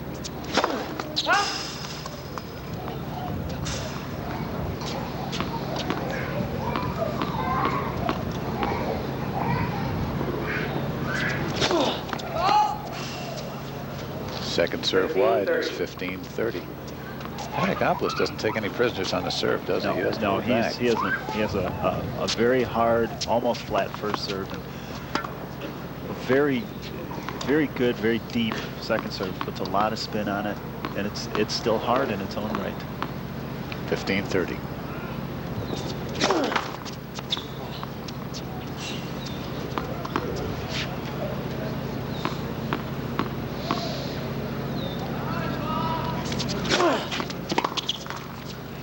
see again that second serve had about as much pace as the first with 30 all. We are literally behind Panagopoulos, right behind the fence, so we will be as quiet as we can be. You can see our position right there. You're looking good, Mike. Hey, we try. 30 all. I hope this isn't an indication of how he's going to be serving, because if he's serving like this, it gives Paul a little better chance. It's a heck of a lot easier looking at second serves than first serves. Pridmore's strategy, he told me, return and pass. I hope. 40-30.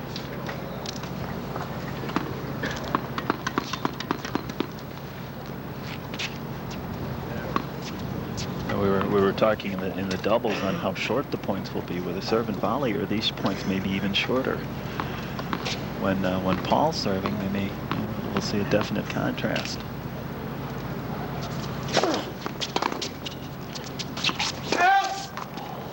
Called out, and Panagopoulos takes the first game. A look at Paul Pridmore, and we'll look again at this last point. Close call right here, Michael. Yeah. Good deep serve to the backhand. Ooh. Well, call the call. Yeah, anyway, let's take a look at Jim Panagopoulos. He is the junior at Aurora West, and he has had a fairly easy time getting to this point. Only one real time he was taxed. Knocked off Jim Brown of Bloomington 1-1, the freshman. Pete Stavros of Rolling Meadows 3-2. Tom Derwin of Moline 2-1. And here against Rich Watson, went to a tiebreaker 10-8 in that second set before winning. Kazra Medhat in the semifinal was not much of a match, really. A little more than an hour, won and loved. So Panagopoulos ranked first in this tournament, upset in the round of 16 last year by Tad Eckert on Eckert's way to the championship.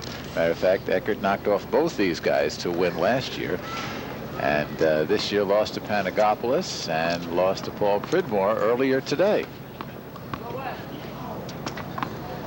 And here is Paul Pridmore. 5'10" tall, serving love one. And he serves and volleys on the first point, too. He doesn't mind serving and volleying. He'll stay back. He's very steady. He has no complaints about staying back, but he'll also attack when he has the opportunity to. Against someone like Tad Eckert, who was the Harold Solomon of the Chicago area, he Yep. comes off as a serve and volleyer, but against most other players, he is considered a baseliner.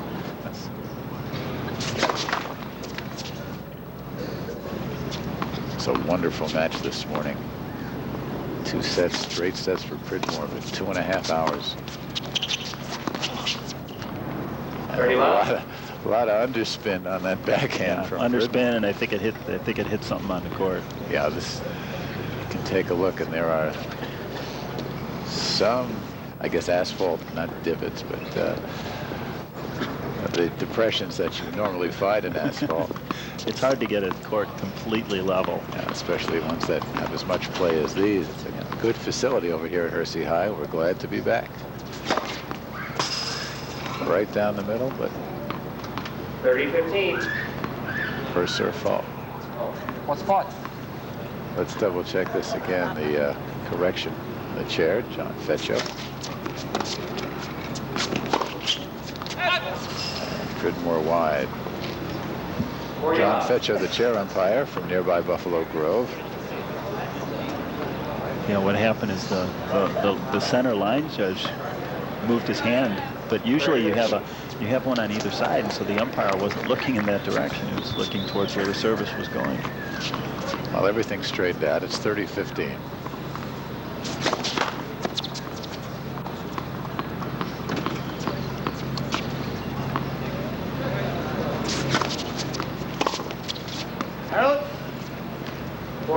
Panagopoulos with a rather loose backhand right there. Yeah, he'll hit, most of the times he hits one-handed, but every once in a while he'll pull out a two-handed backhand, and there was one right there, and I think maybe he would rather have hit a one-handed backhand with the result. I haven't figured out exactly when he pulls out the two-handed one though. I don't think I saw him hit one at all against Medhat. Whoa, and again the loose point. Game to Paul Pridmore. You don't want to. It was like he was trying to hit a winner on this, and it's real. Came over the top on it and just flew it. Don't. You pick your opportunities. Now both of these players have excellent ground strokes, so they can hit a winner on almost anything. But sometimes you're almost better trying to set up the point so you can then put the ball away.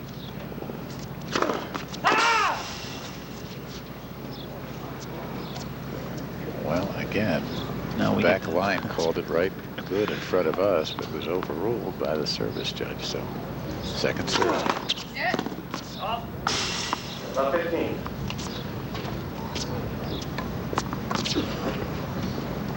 Panagopoulos, a big serve, but is having problems controlling it. Yeah, right from the get-go. I think he's maybe had one or two in.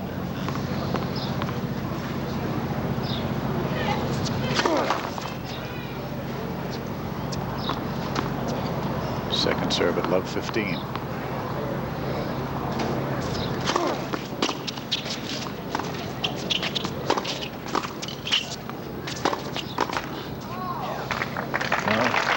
Got down on the first volley and then didn't quite get down enough and netted the second volley. Panagopoulos looks a lot bigger than 6 feet. Maybe it's the headband and the hair of the wingspan. I think it's all of the above. He gets to a lot of balls. And he's getting colder here.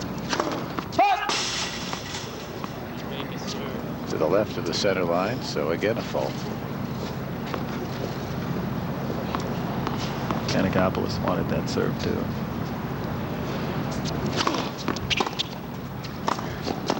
That's a good volley. Coming in low on the backhand volley. It's 30. It's 15-30. That's your classic serve and volley. He does it well. He was the second seed last year in the tournament, upset by Tad Eckert. Says now he just wasn't ready. He was just a sophomore. Didn't have the maturity. Hopes he has now.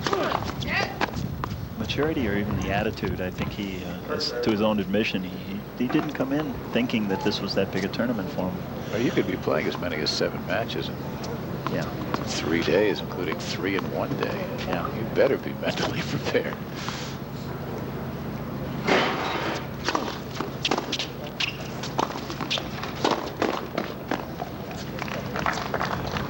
Super second serve by Panagopoulos, huh? Just caught good position. Pulled Pridmore off court and was able to stick the volley into the open court. Paul got to it, but couldn't do a whole lot with it. Whacked that serve, tucked it into the back left corner there. The ad side. We're at 30 all.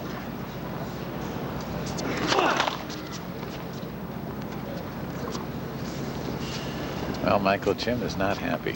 No, not at all. So far. He was serving a lot better in the first match. Good strategy by Pridmore. He got a little bit of a short second serve and just punched it back, and actually was almost fighting fire with fire. Was putting a little pressure on Panagopoulos because he himself was coming in. Break point here. It's almost like he's trying too hard, like he's trying to win the points on the serve.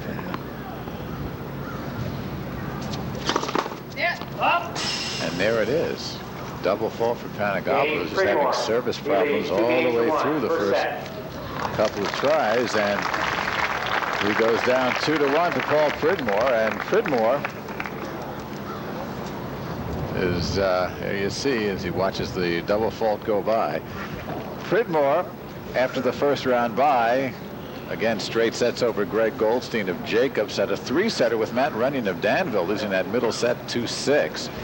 Ken Orr of Lane Tech was a straight set victim. Boom of Lake Forest went to a tiebreaker in the first set. And then this morning, 7-6, 7-6, 2 tiebreakers, and winning them both 8-6 and 11-9. And he was down 5-2 in that first tiebreaker against Tad Eckert and rallied to win it. And also made a good comeback in the second set as well. The issue will be, will the fact that Pridmore had to be out there almost an hour and a half more than Panagopoulos affect his stamina? Paul told us that he was tired going into that match. Coming out of it, he must be even more tired mentally than physically. At the same time, Michael, these guys, it's like two brothers playing. Yeah. Well, you don't. Fatigue's a factor, but you have to forget about it at this point. Pridmore to serve. Panagopoulos along on the backhand. These fellas have played each other since they were pre-teeners. They have the same coach, of course, sitting on his hands, Brian Brooks. They have the same pro coach, Jack Sharp.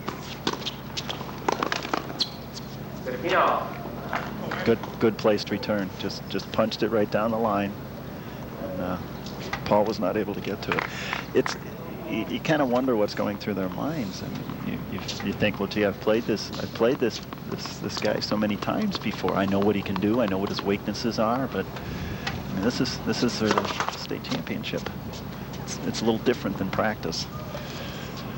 Pridmore's only loss this entire season was to Panagopoulos in the Naperville Central Sectionals. Panagopoulos undefeated. It's that one long. He seems like he's struggling. He hasn't really found a groove yet, which is good news for Paul right now. Yeah, but Paul's got a nice fluid game that is stopping and starting as a result of this. I'm sure he'll take the points, but this isn't the way he likes to play either. No.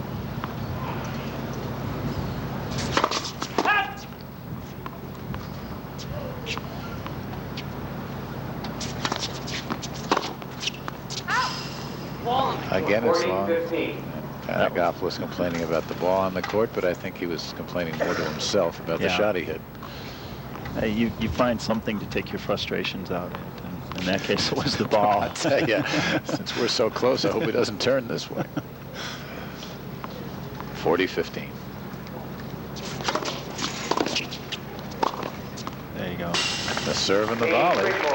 I don't know if he felt that ball was out or was just not real happy with the return, but it was a very good serve from Paul. Well, Paul has gone up now 3-1. We'll take a look at the good deep serve to the forehand, and Panagopoulos just couldn't do anything with it. That's what he needs to do. He needs to get a few serves in and get his confidence back up. 15 love.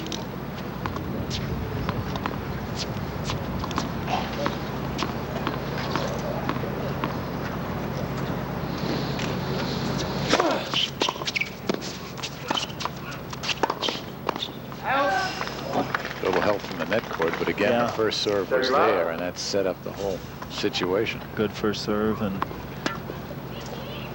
I think Paul may have thought he was going to go down the line with that backhand. Instead, he went back to Paul's backhand and wasn't quite ready for it. 30 love. Panagopoulos down a break.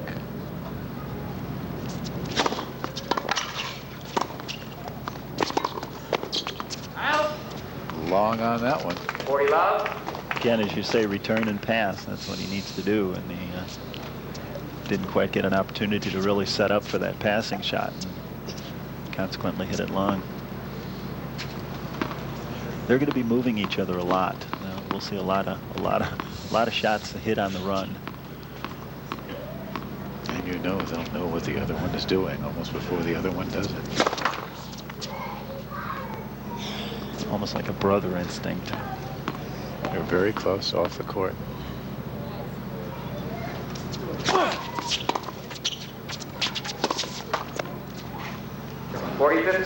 That was just a loose forehand. That was not one of those shots I think he'd be especially happy with. He almost to the point where he's trying to just hit a real sharp angle and came over it too much and netted it. 40-15.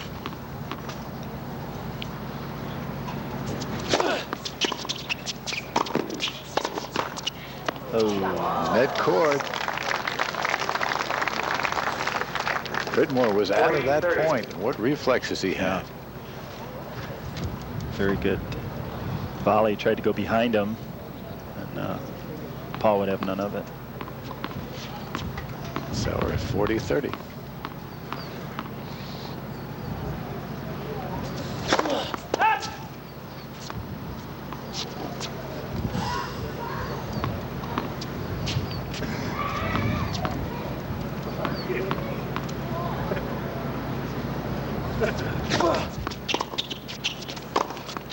There you go.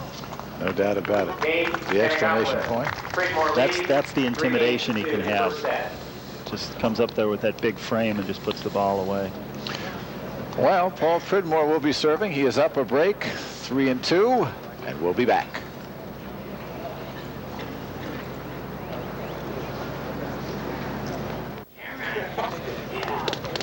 Here, look at some of the fans here who, I guess, need a little extra clothing on a day like this. This is supposed to be the first weekend of summer, huh?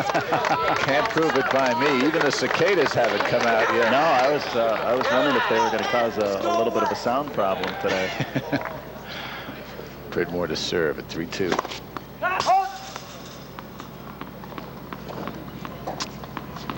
Now Panagopoulos with a more visible shirt now. Unfortunately, it hasn't helped him.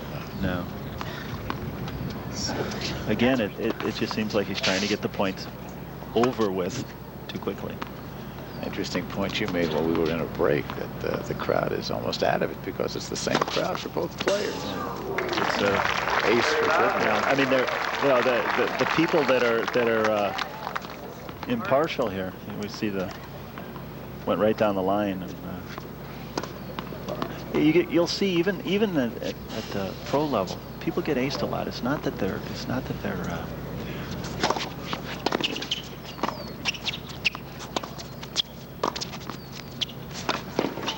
good angle.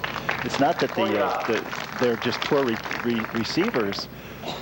When you're receiving serve, you almost anticipate where the ball's going, and on the ace that Paul had. Most likely what Jimmy was doing was he thought it was going the other way, and he wasn't ready to move towards the forehand side. A good serve will do that to you. It'll make you wonder and wrong foot you a few times. Second serve coming at 40 love for Paul Pridmore.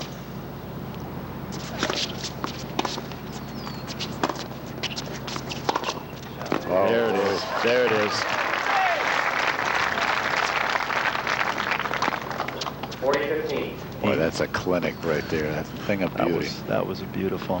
Frame that one and look at it every day before you go out onto the courts.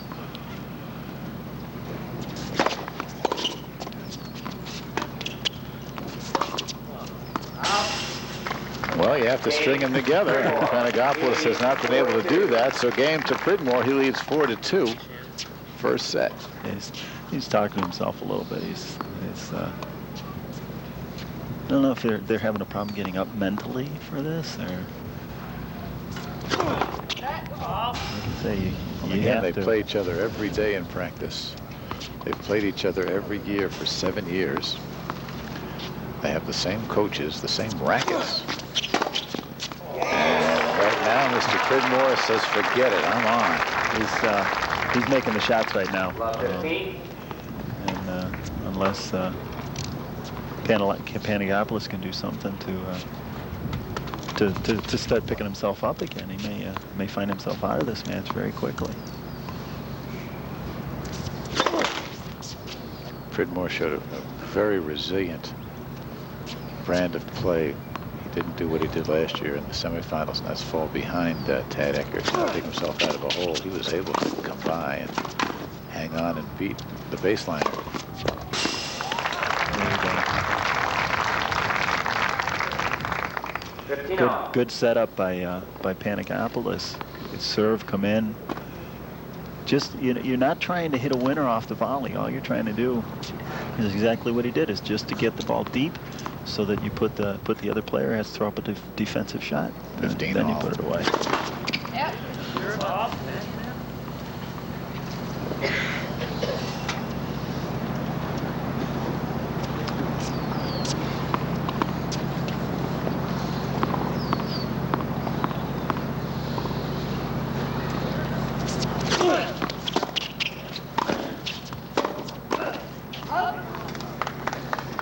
Pridmore matching strength with strength. Mishit the volley. Again, whether he thought it was going to the other side, he just caught the ball a little late.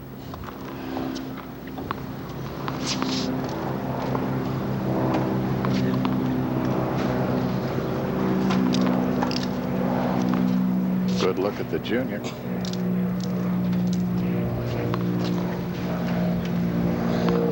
Does that headband match with the red?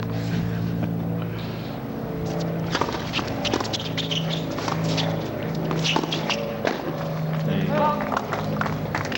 Again, a perfect opportunity. He's put the ball deep.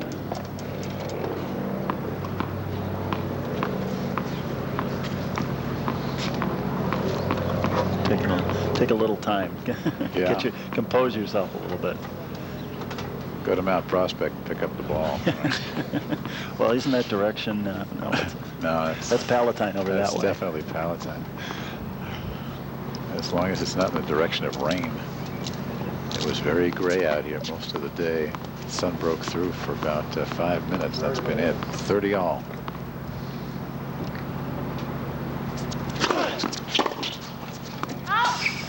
Good serve. Seems to be starting to get his serve down a little bit better. And,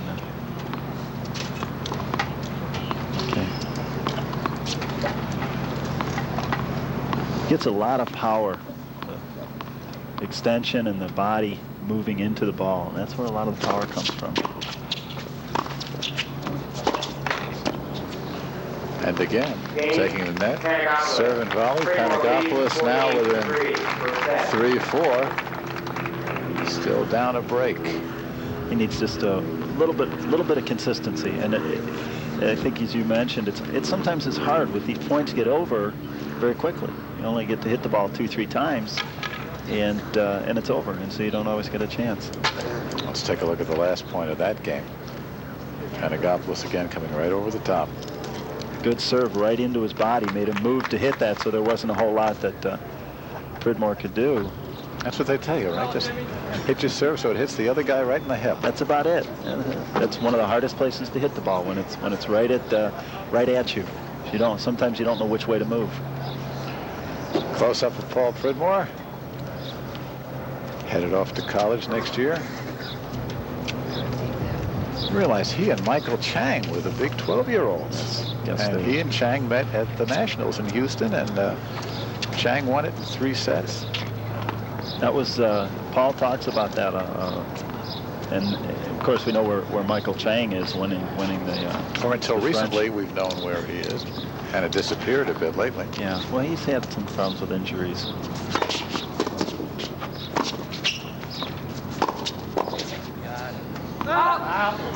Love 15. Well, Paul's got you can't just bring the volley back like that. It's almost like you just, you set it up there like it's on a tee. Especially for someone like Jimmy. Yeah. Love 15 now, serving 4-3.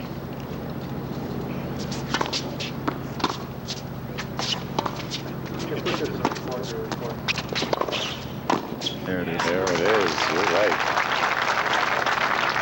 Pulled it part of the deuce court and then just tucked it in behind. Good deep approach shot, and just put the volley into the open court. It's easy, isn't it? From here.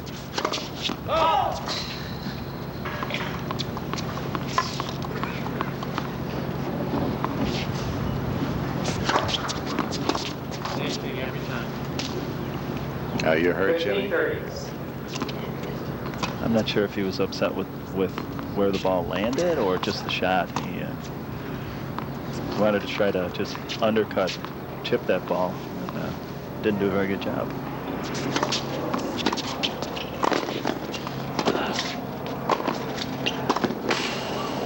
Panagopoulos gave it the try, but we're 30-all. Pridmore gave him the opportunity too. I thought that ball was coming over to the other side, and Panagopoulos read it perfectly and gave it a good shot. We're at 30-all.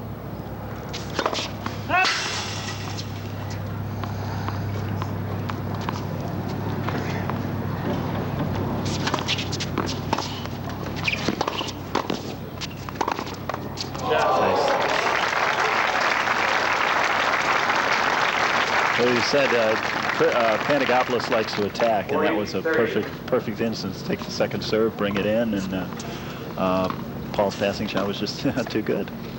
Well, that was the strategy in a nutshell. Yeah. I think Jimmy likes to attack, and if that doesn't work, he'll attack some more. Nothing subtle about his game. Second serve now at 40-30 after coming from love 30.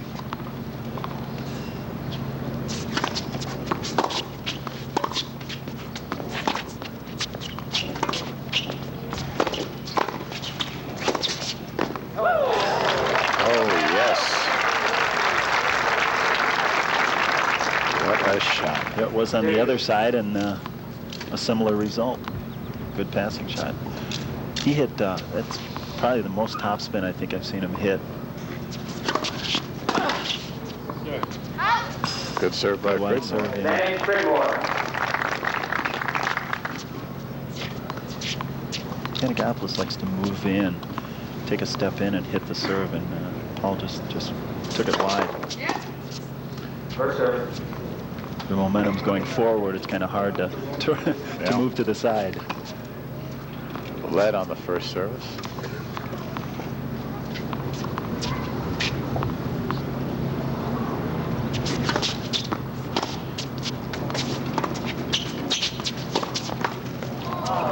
And this time Panagopoulos gets to that court. Actually, that ball almost went long. Yes.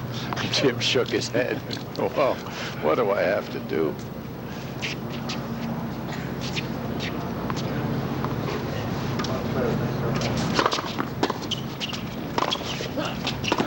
Good volley. He held that ball, and really you had no idea which way it was going. He just held it. Just held the racket out, and at the last minute, flipped it over to the cross court. Very mature point by Paul Pridmore. Very.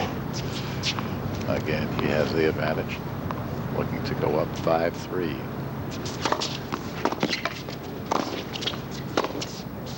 And he does. So, Panagopoulos now must hold serve and then try to break back.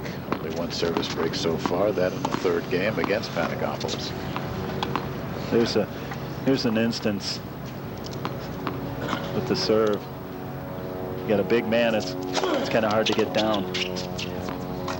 Back live here in Panagopoulos, missed the sitter. Coaches hate that. Especially in a match like this, where points are hard to come by, and you try to hit a cutesy shot like that, and it backfires.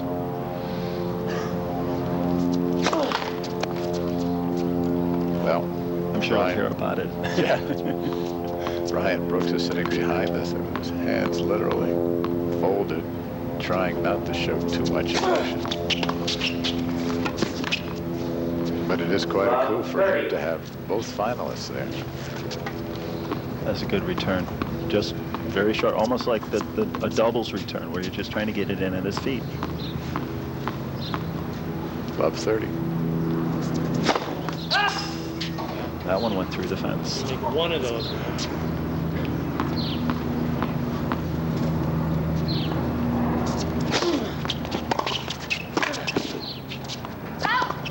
And the ball was long.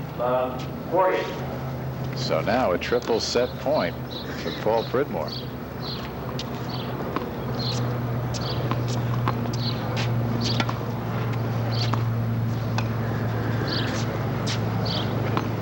Panagopoulos has had a rough first set. He's shown flashes, but has not been able to string his game together. Now he finds himself triple set point against him. In all of his other matches, he's really gotten the upper hand and has played consistently. He's really hasn't found that consistency yet. And there it is. Pridmore taking a potential service winner and turning it into a point. You don't have much of a choice on something like that. You really just set it up, and the guy Paul really had him at his mercy. Well, right now we have set one down. It goes to Paul Pridmore. That's okay. Mike Liederman along with Michael Hand, the boys state singles final here from Hersey High School in Arlington Heights. Paul Pridmore with the serve right in front of us in the near court and has already captured the first set 6-3, breaking Jim Panagopoulos twice in the process.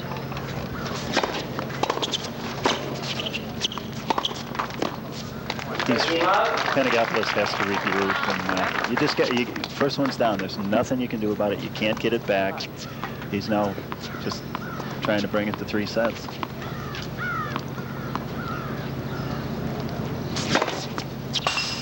There it is. Serve. Ace for Pridmore. Number 2.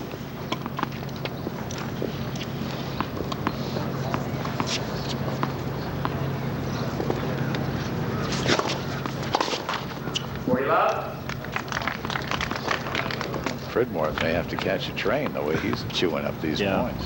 Which is surprising. I think if we'd have talked about it beforehand, we would have thought if it would have been this quick, it would have been the other way. With the way Panagopoulos was playing, he's just not shown what he showed us in the semifinal match.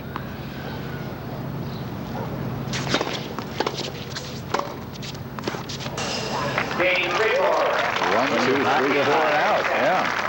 Yeah, you got to give Pridmore some credit too. He's playing well. He's playing very well, doing what he needs to do. This is almost out of Panagopoulos' book. A swinging volley.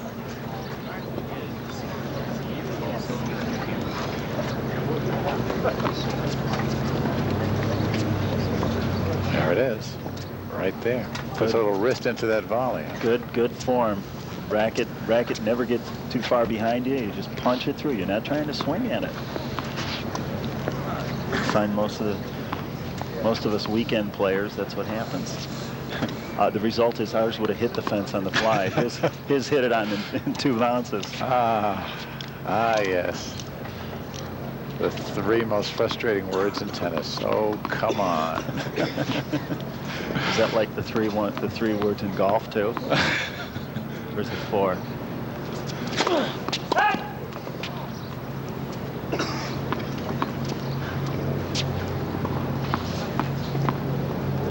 That one out with a touch.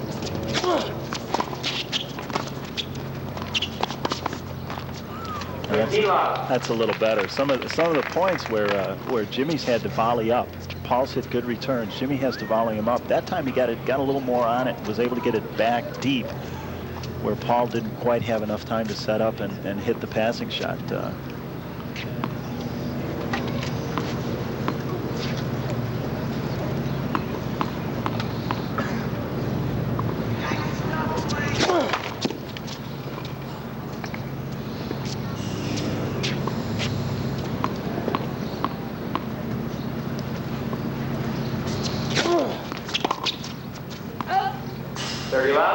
Wide with the backhand. Panagopoulos now at 30 love. I wonder if during changeovers, coach gets a chance to talk to the players during changeovers, and I don't know if Brian really wants to talk to either of them, but he hasn't moved off that chair, Mike. You almost wonder if maybe Jimmy should be serving almost more second serves as first serve, just trying to get him in. He's got a great first serve and has a very good second serve, and he's struggling right now. And you have to do something to try to change your luck. We don't have access to first serve percentages, but with Panagopoulos, we know it would be more than maybe 20%. That's Brian Brooks. Half his face is smiling and half his face is frowning. And It's 40 love. Good point by Panagopoulos there. He almost should have a designated coach with him, so one of them can cheer, and one of them one can cheer for Panagopoulos, one can cheer for Pridmore. And then the fans, of course, are all the same friends. Yeah. No, I'm sure they have their favorites, but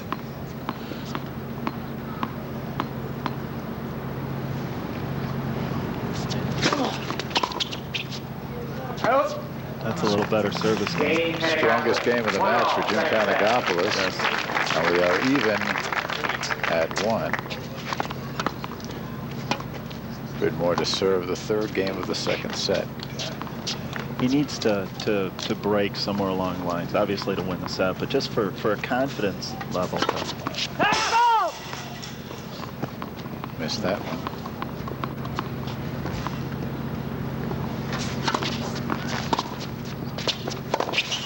That's a pretty shot.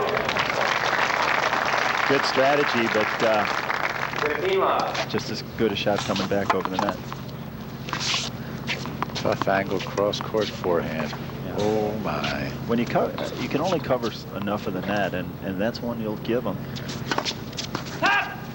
You find they won't hit it that often, or I should say, they won't get it in that often. Come on. Go. You have 3 choices when you're doing that. You can chip it down the line, you can chip it cross court, or you can go right at the player. And almost right at the player, sometimes more frustrating because you've cut down the angle, and it doesn't have quite as much of an open spaces to hit the passing shot. 15 all. Take that. Ace number 3 for Pridmore. I think he thought this was a little long. Nope, that was even inside the line.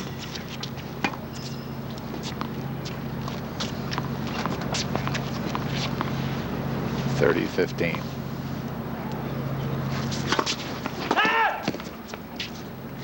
Second serve. Pridmore thought that one was good. Looks at Panagopoulos. Jimmy didn't wink. Oh, he said something about the other one. Now we're even.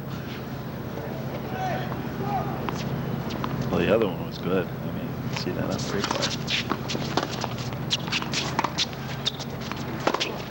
Yeah. 40-15. Didn't like the bounce. Maybe he just didn't like the shot he hit.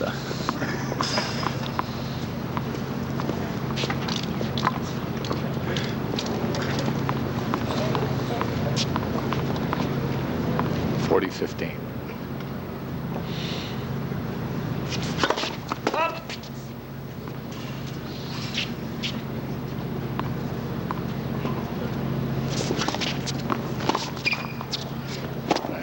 Game 2. All Pridmore. He leads 2 games to 1 after having won the first set by a count of 6-3. Hey, this is his senior year. This is his last chance. Well, I was wondering if they flipped a coin or figured since Panagopoulos can come back next year, but I don't think that's the case. This is a good strategy because you've got a second serve. It's a little bit short. He just mishit it. It's a good idea. Doesn't like his footwork. Yeah. Here's the serve of Pridmore. Notice on his second serve, he really throws that ball behind him. Yeah. Comes through it. It's basically the same motion. The ball toss is a little different, but instead of coming through the ball quite as much, you're almost coming alongside of it and putting more spin on it. And that's a tough thing to teach players when they're starting out. Is they have little confidence. You really have to teach confidence first of all, but you have to teach that the serve's the same. They want to slow up the racket. They want to hit it softer. Both of these players, if you watch them, the second serve, the racket speed is exactly the same. It's just that it's coming across the ball and spinning it, that's all. Panagopoulos now serving 1-2.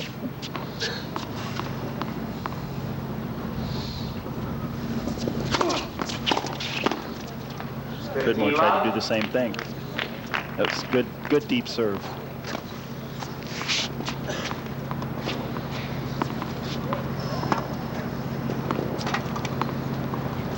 Both these players beaten by last year's champion Tad Eckert on his way to a title this year. Both beat Eckert during the season. Pridmore in this tournament.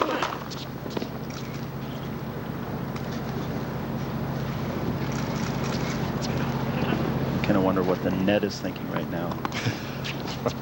Man, that's gotta hurt.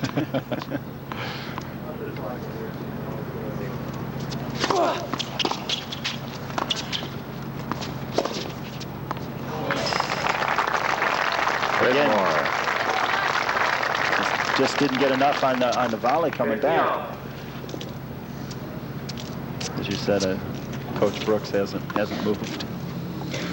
But you cannot just set that ball back up there.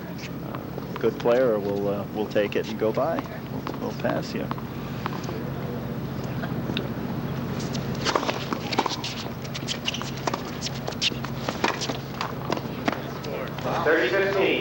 That's an entirely different Pridmore from what we saw with Eckert, because on points like that he'd stay back. He wouldn't even try to be aggressive. Most of the time, he'd go in, but here, almost every ball that he has an opportunity to, he'll take it and try to come in. Ace for Panagopoulos. 40-15. Here's another look at it. Oh yes. Well, that one, there was no doubt about that one. Back live. Second serve coming at 30-all. 40-15 rather.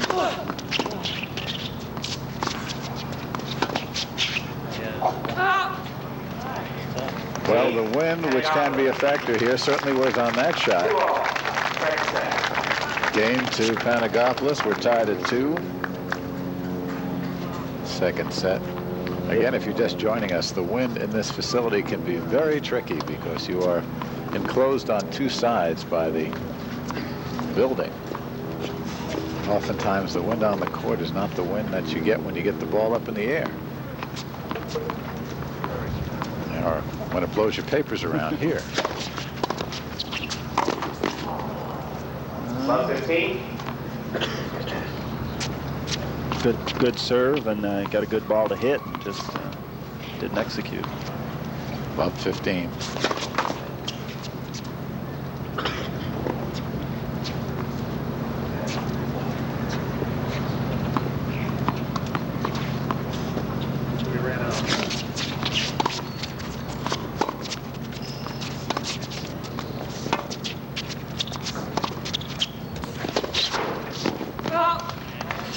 Well, a rare greater than 4-ball rally. Yeah, in fact, I was expecting Pridmore to take the backhand that he had and come up, and instead it was Panagopoulos. It's almost like he's itchy. I don't like being back here. I want to get up to the net as soon as possible. It's more comfortable. Pridmore finding himself behind here.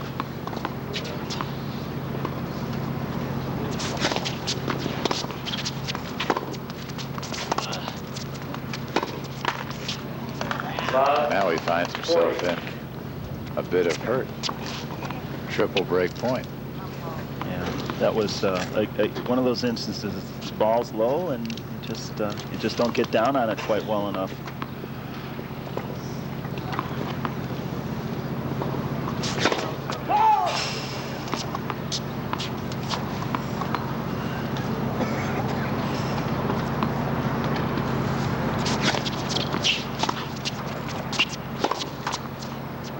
Well, on an unforced error, Jim Panagopoulos gets his first service break. And now takes his first lead of any type.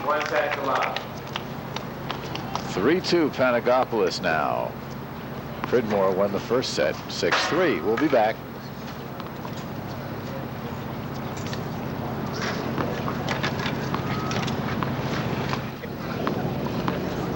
Jim Panagopoulos serving 3-2 for the service break.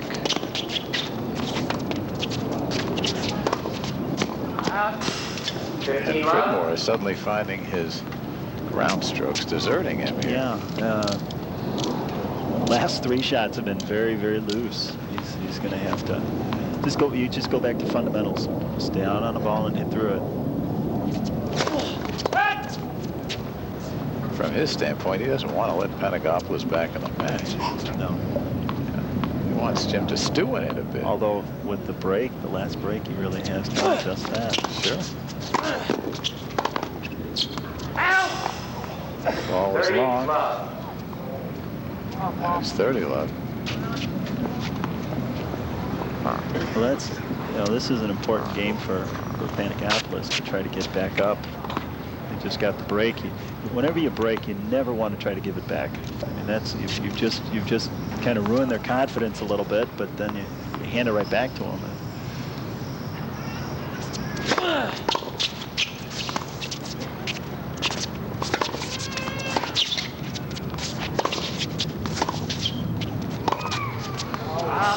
And again, loose. Good idea. That's had Panagopoulos in the corner. He threw up a fairly easy ball, and Paul just really tried to do too much with it. He just had to get it to cross court. 40 love.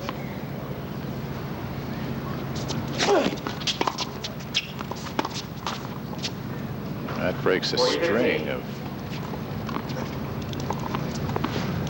9 straight points won by Panagopoulos.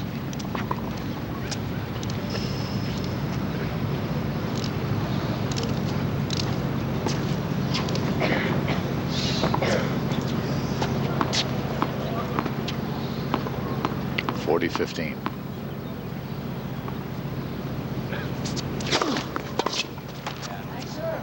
Strong first serve to the backhand, and Panagopoulos now with the 4-2 lead. He's got to be feeling a little better. I think he missed only one first serve in that game, and that's really got to help. Feels like he's starting to get a little bit into a groove.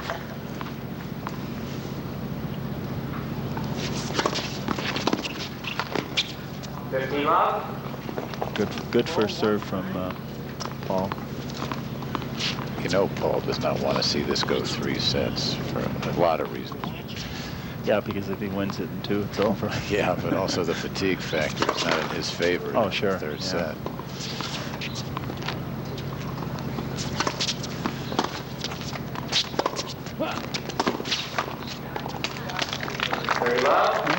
So far, a good, strong comeback game here. He is down a break and leads this game at 30 love.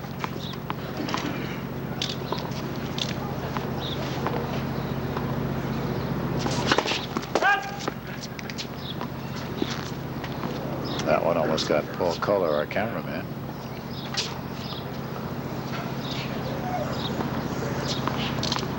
Second serve at 30 love.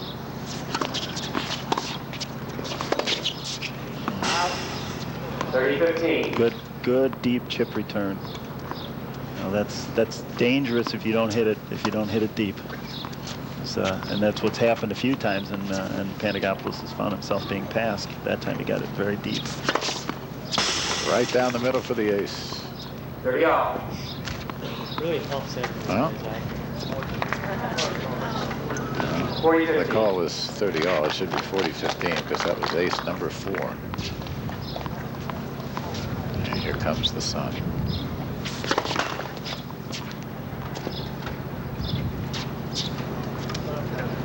And there it goes. And there it goes, exactly. It is cool. I don't think temperatures are much above 50.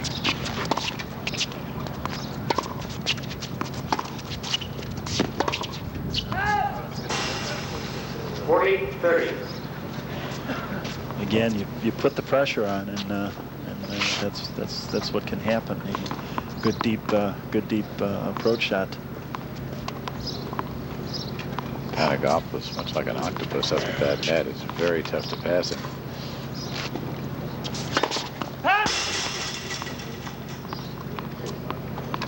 Try to go down the middle again.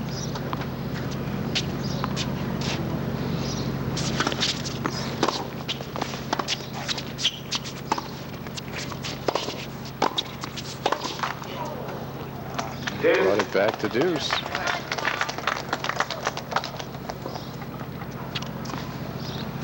It's interesting how you can feel the momentum swings, and right now it's all Panagopoulos. Paul is really struggling with his ground strokes. Fault on the first serve at deuce.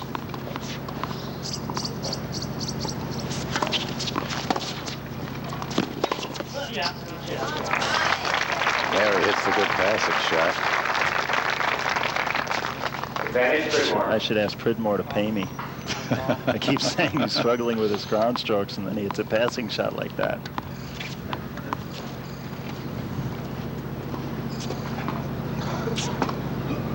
It seemed as if his intensity has dropped off these last couple of games. He knows he's got to get it back. That was a good start for him.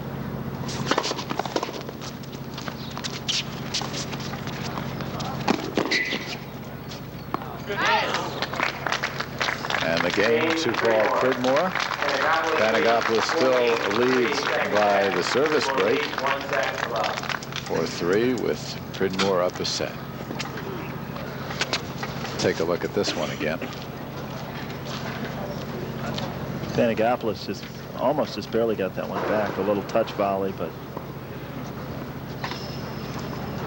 well, don't do that on clay. Huh? No. You're really hard to do that. You shouldn't really do that anywhere. It's just see no follow through to get that ball deep, and he knows the ball's out. Yeah, you don't. You know, those little touch shots can make or break you sometimes. When you've got a quick player, and Panagopoulos is pretty quick, they'll get to him, and that can be kind of devastating to your morale if you hit a shot like that, thinking, I'm going to win the point, and then you find yourself walking back to pick it up after it's gone by you. The finals, the third day of this tournament. The middle day totally taken indoors by the torrential rains we had here on Friday. Today we had a little dampness in the morning. The air is heavy, it is cold, but so far no rain. Good serve. Jim Panagopoulos with the strong first serve, which had deserted him early in the match. Leading 15-love now. Yeah, he must keep serving like this. And,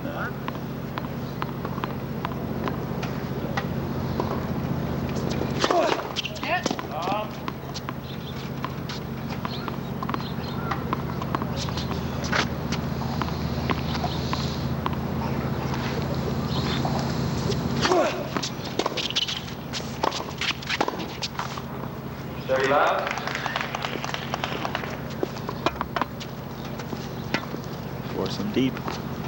Just try to get it as deep as you can. Again, you don't want to try to hit winners off balls you have no business. And again, what he just tried to do is just set it up, hoping that either Pridmore will miss a shot as he did, or will set him up for a put away. A lot of people try to get themselves in trouble hitting winners from the baseline or on approach shots.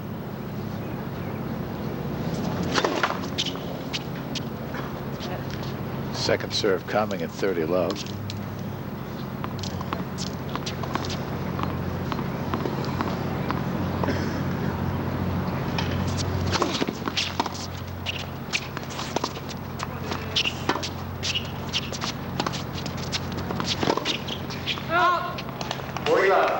Kind of almost a surprise where you hit the ground stroke and then almost like an afterthought come in and follow it in. Not too happy with that play. 40-love here.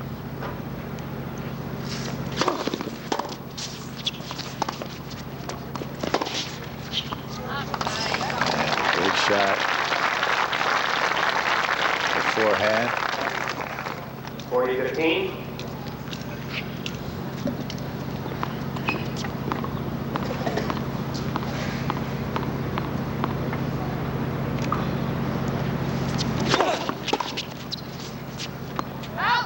service winner. Good strong serve. 5-3 Panagopoulos. You'd love to break right here. If you break right here, you come back with your own serve starting the third set.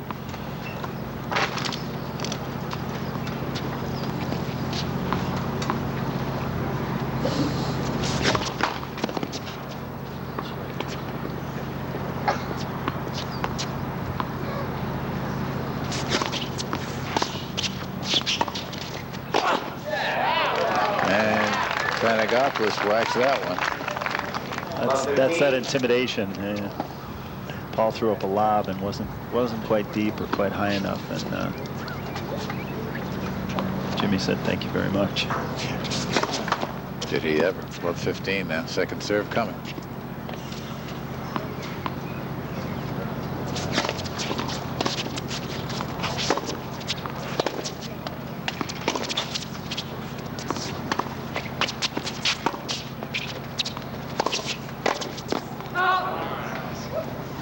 Wild volley. Yeah. Love 30. It's like they get into the flow of the point, and they're hitting the ball so hard that you can't stop yourself to just punch it.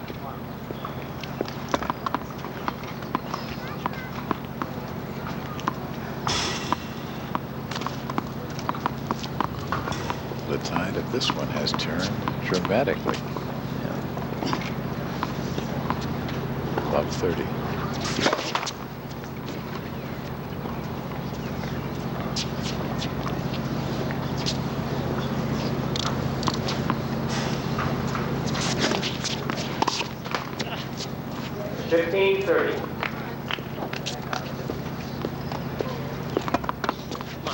You're gonna miss shots like that. You can't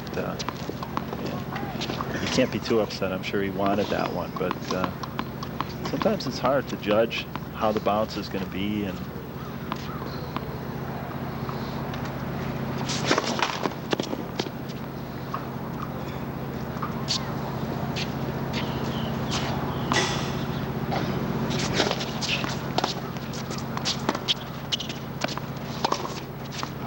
right on the line. The call is good. 15-40. And now we've got a double set point, double break point. If you look at that ball, there'd be a white mark on it. That's just right on the line. Double set point here for Panagopoulos. And a good service. A winner for Pridmore. 30-40. Good answer. And he's still got one more to take care of. True.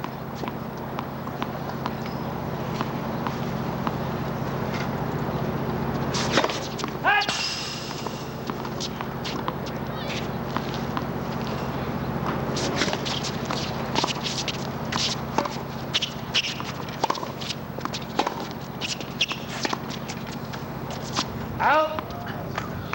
Ball was long. Floated that one. Hit an underspin backhand, and it just took off on him. Both of these players hit a lot of underspin on the backhand side, especially when they're just rallying cross court. We saw that a lot with Eckert and Pridmore. Good serve for the winner. And advantage Pridmore. I don't think he's ready to give up on this set yet. Oh, no. You just assume like Panagopoulos try to run it out. Yeah. And as you say, you never know what could happen on your own serve. No.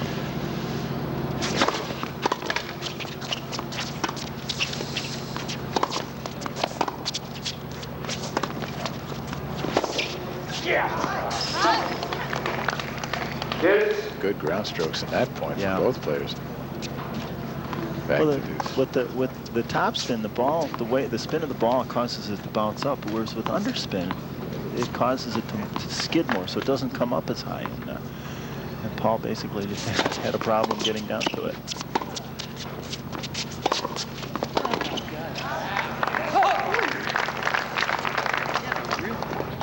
That was the first real aggressive forehand I've seen him hit. Every ball has been just cutting it back, and that one he just pounded.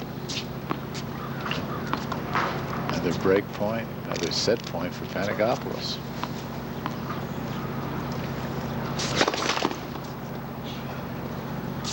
Not the kind of toss Paul wanted.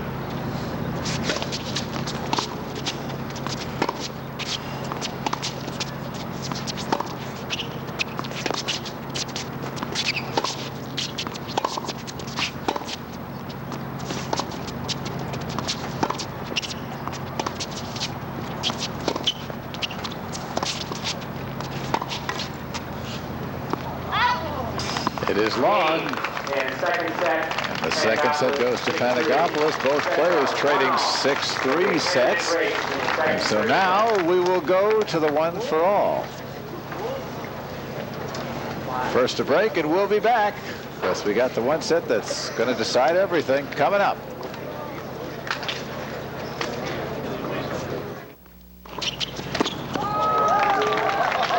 Start of the third set, Panagopoulos serving. And has it jammed at his feet. That's an understatement, I guess.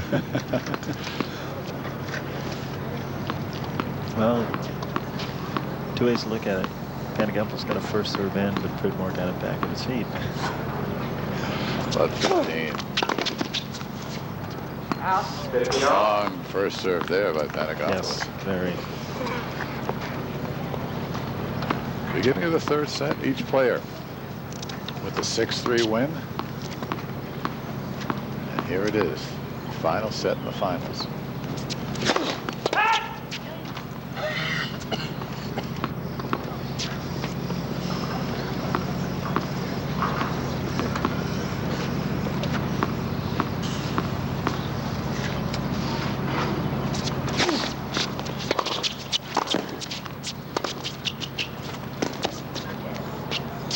Good lob. Good lob.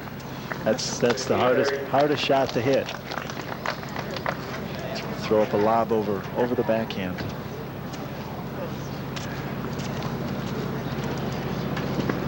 Look at the lean into that serve.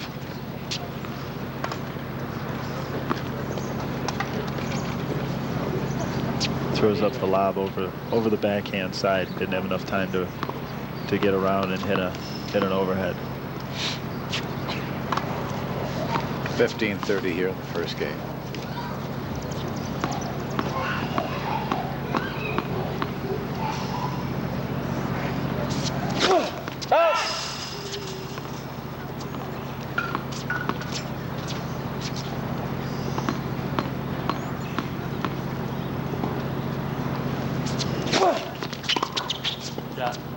And once again, Pridmore had the answer. Good return, just right down the line. Pridmore starting off with a double break point here in set 3. Yeah, we talked about how good it would be to start off with your serve, and Please keep the children quiet. Getting a youngster running around and reminds people of the umpire John Fletcher asking for quiet.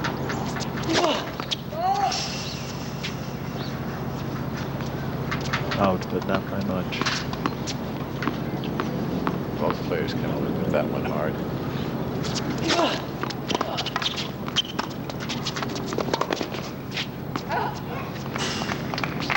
This with the backhand.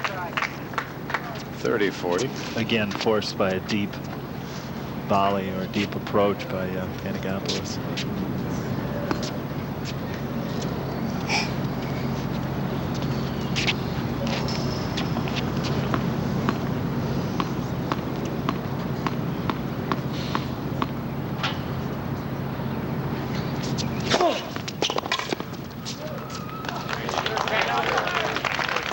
Serve is working for Jimmy. He's brought it to deuce. It is a strange atmosphere today with the crowd so torn. Yeah.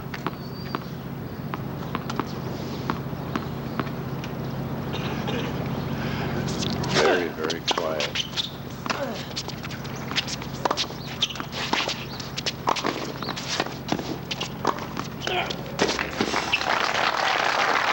Good point by Pridmore. You kind of wonder if that has an effect on the players too, because you know the crowd sometimes can pump up the players, but without any crowd into it, they seem almost a little subdued too. Sure.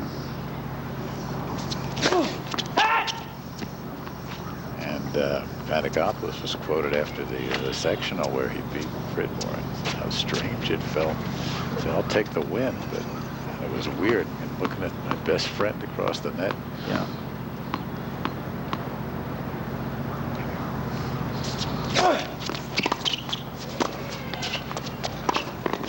Oh, shot of the match right there. Give him that one. Give him that one. That was a good volley by Panagopoulos, and Pridmore ran it down. And, well, he opens up with a break, and he does it in fine style. It is a good deep volley. Just rolls it, brings it across court. Well, the first game goes to Paul Pridmore here in the third set.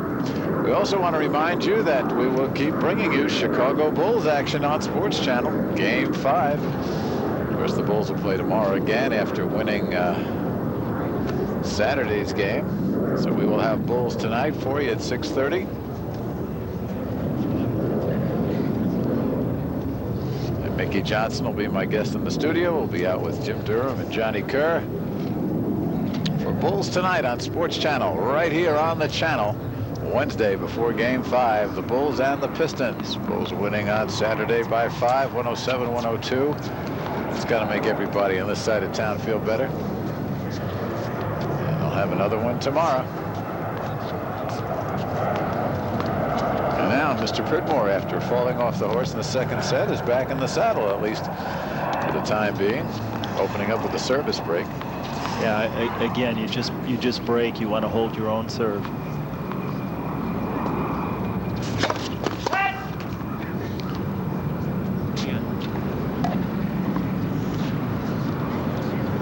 Fault on the first serve.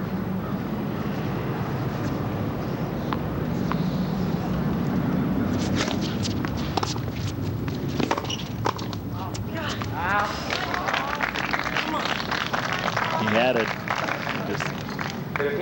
Just missed the volley. It's easy as that. It's funny when you looked at Pridmore in the semifinal against the very consistent Eckert, you wondered which Pridmore would show up on almost every point. Paul had a lot of flash and a lot of inconsistency, but here,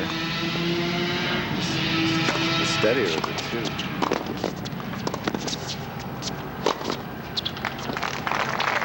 So far, although he's had his share of loose points. In the middle of that second set, for sure. Yeah.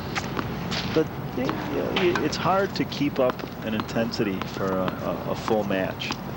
At this level, you're going to have your peaks and you're going to have your valleys. Just got to hope there's more peaks than valleys. Right.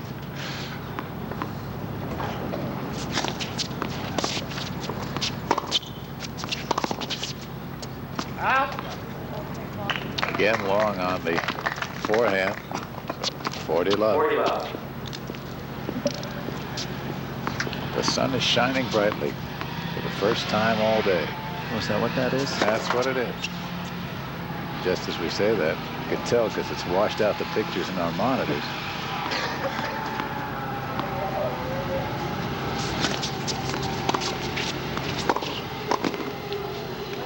And again, Pridmore just firing those backhands and daring Panagopoulos to get him back. He's just skimming the net, and so the ball is dropping below the net, and forcing Panagopoulos to have to try to volley him up.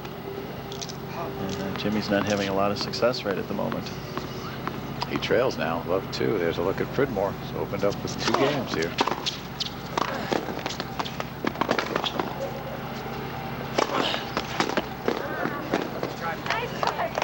Now that is a Panagopoulos point. That ball will probably have some mud on it. But it's nothing but power, power, power. Well, you think they can get a dispensation to open up another can? You know, they usually can. Well, they haven't gotten that far into the match, but no. And they have 3 balls. If they needed to go with 2, they could go with 2.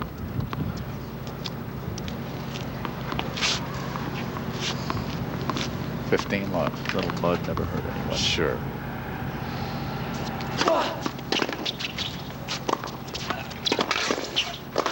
Oh. Good hustle by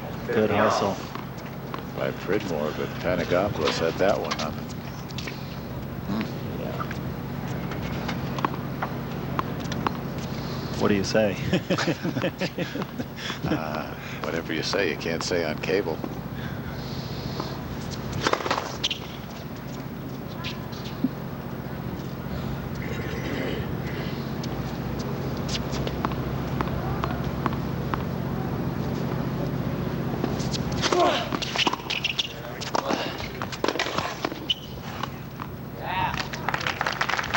Now, see there's an interesting problem that normally doesn't happen. You don't normally have a net judge, and you cannot reach your racket over to hit a ball that has not crossed the net. You can reach to hit a ball that has crossed over the net, bounced, and then been blown back by the wind. But if he had hit that ball before it had crossed the net, he would have lost the point. So you have to be very careful with that.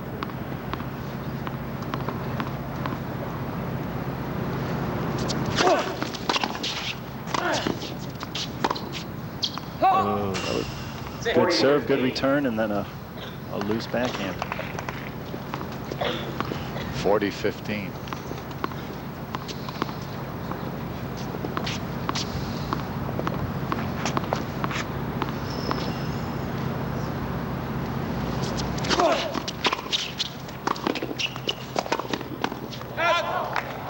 Pridmore didn't get that one. Almost. James Panagopoulos.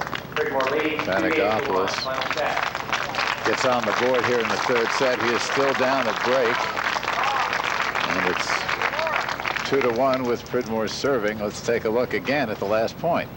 The fact that even that he gets to this is a big plus, because in a lot of cases the point's over. But he didn't miss that by much. And if you can get a couple of points, one we saw earlier in the match that he had gotten to, which we thought was a sure winner, it's a psychological edge for you and a psychological blow for the other player. Panagopoulos only a junior, Pridmore a senior. Panagopoulos out last year in the round of 16. Pridmore made it to the finals, lost in straight sets. This year he is looking for his state championship. Either way, it will go to West Aurora. And that has proved to be somewhat of a mixed bag here. It has certainly fostered a lot of school pride, but it's taken the crowd right out of this match. It's also sent a lot of people home early. Yeah.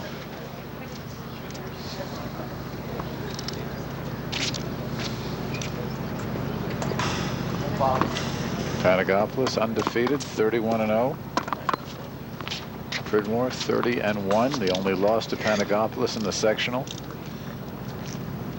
You don't normally have two players of this caliber on the same team, and that's why 1953 was the only other time recorded that they've had the same team in the finals.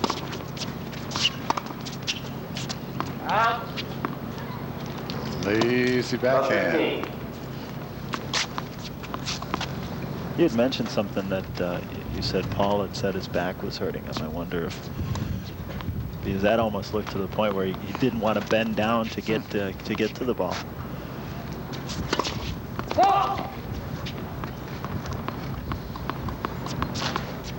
Wind is picked up again.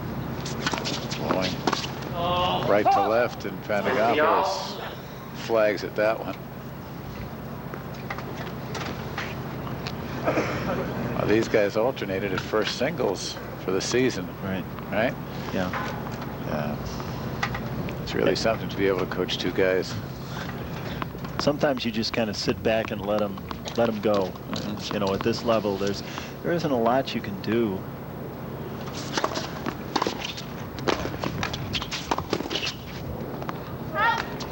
Just long from Panagopoulos, but what a good get. I don't know if I'd have let that one go with this wind. I don't think that missed by a whole lot. Pridmore made a fine backhand volley on the return, really low. Yeah. 30-15.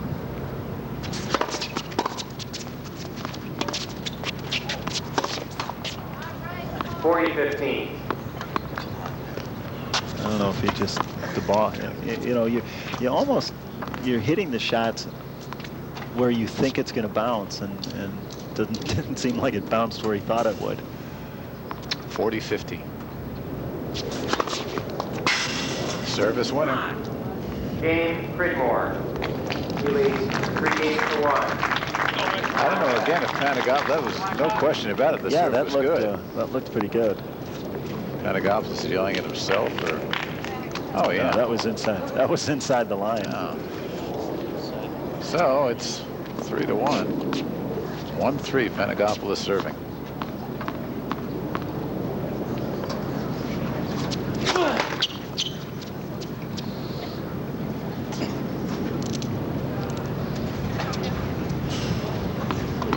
Get the ball off the court so he doesn't trip over it later.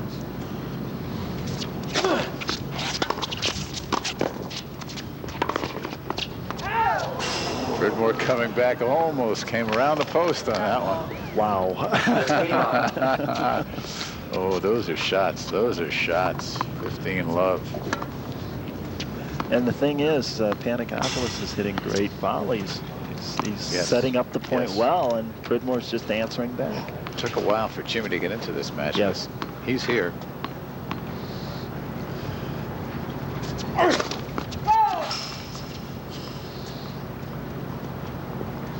That one didn't miss the sideline by much either.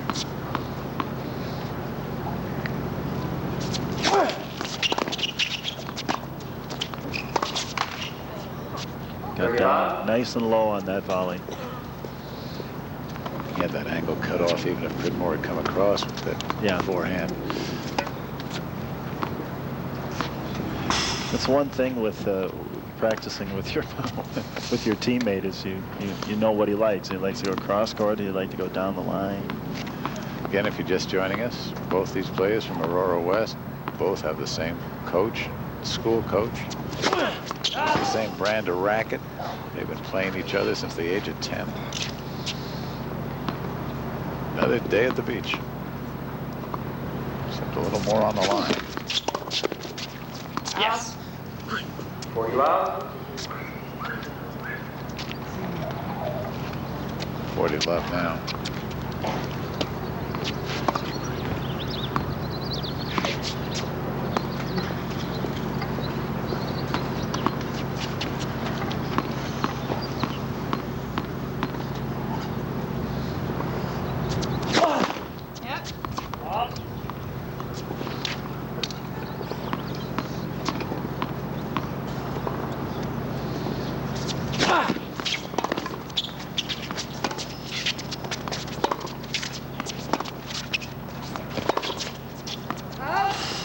Wide game to Panagopoulos. They'll change. And Jimmy draws within 3-2. Hey, want to thank the IHSA for having us out here as always. David Fry, the Illinois High School Association representative for the boys tennis finals. And it is fun to be here. Rick Gabelin's the tournament director. Rick is the athletic director over at Palatine, Fremd. But he runs this tournament, and we'll take a look at the last point of this last game.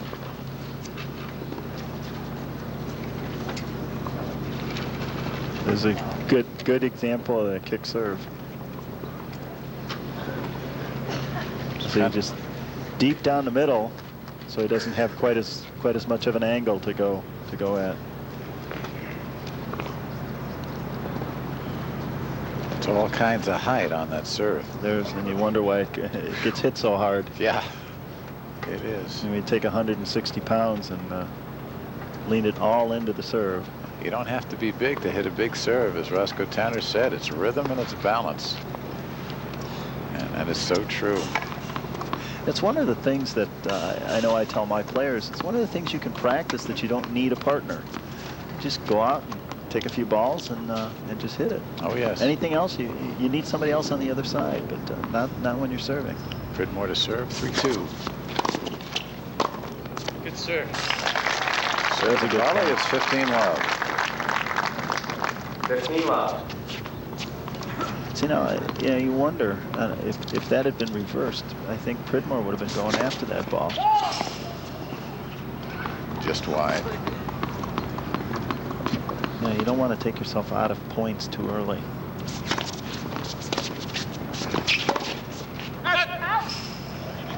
15-all. Not the shot Paul wanted to hit right there. Well, he got caught.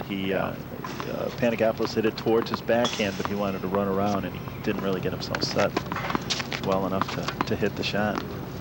Almost like a batter trying to inside out a pitch. Couldn't keep it far enough away from him. Yeah. 15-all. First serve winner. Both of their serving has picked up a little bit. 30-15. I don't think that Panagopoulos is real happy with his serving, but it's a lot better than it was in the first set. 40-15. Pridmore coming back with 2 straight winners.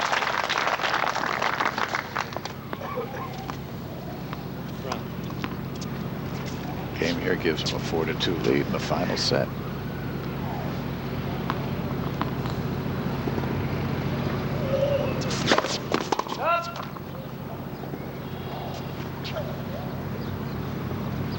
Just a leisurely Saturday stroll.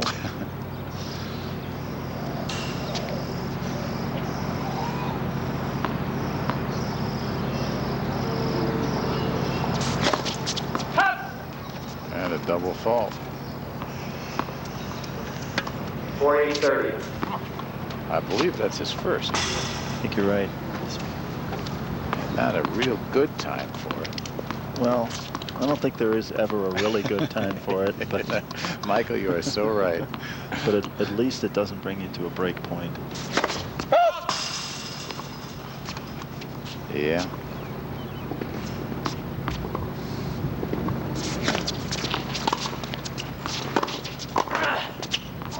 The net cord. Thank you. Ouch. We're a deuce. Now let's see, that's 2 for Jimmy and 1 for Paul, I think. And just like that, Paul's advantage is. Yeah, you think, going back to that double fault, he was up 45. Oh my goodness. Advantage 2-2. Pridmore. Yeah, there it is. And you heard Jimmy, oh my goodness. He knows he's on television. Well, there's also a code of conduct that Yes, they there enforce. is. Sure, there is. There's no need to. I mean, there are lots of words in the English language, and just as expressive. Tell that to Mr. McEnroe. See, the problem is that nobody told that to Mr. McEnroe. That's the problem. And so, you've got these players like that. Deuce. Back to deuce. Yeah, that's one of the great weaknesses in tennis. At least in my opinion, the fact that while these players are under a lot of pressure, especially on the pro level, this is something that has filtered down to the juniors. Yeah. Just Well, temper it's tantrum. like anything else. There are certain role models. There are certain idols that you pattern yourself after, and you do what they do. Second serve at deuce.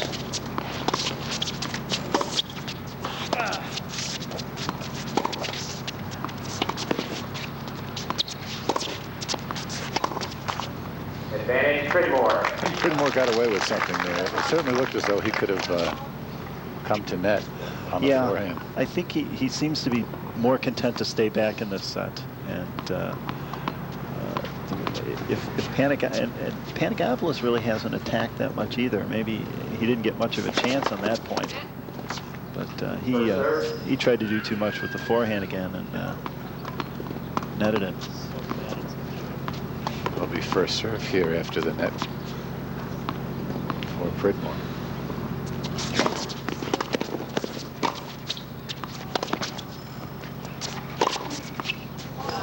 Oh, good shot. Good overhead by Pridmore after a tough lob by Panagopoulos. That's not easy to hit a shot like that when you've got a high ball like that. And all that top spin. Yeah. Oh my. Yep. The laws of physics tell you that the ball's accelerating as it's coming down, and you've got a very small time to hit the ball. Well, he did a beautiful job too. He tucked it. Gave himself plenty of room. Yeah. He tucked it a couple of feet from the sideline and still made it deep enough where it could not be returned. Here's Panagopoulos now 2-4.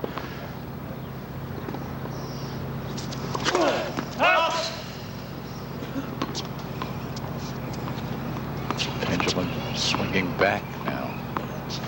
A lot of rhythms in this match. Love 15. And just when you thought it was safe to go back in the water, Panagopoulos' serve totally deserts it.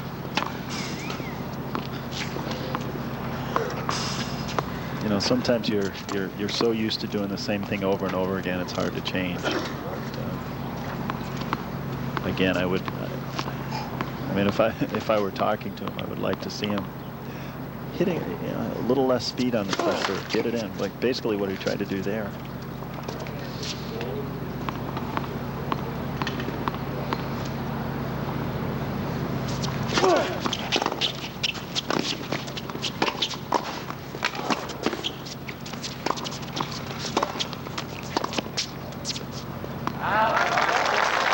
Made all the tough ones. Super play. Yeah.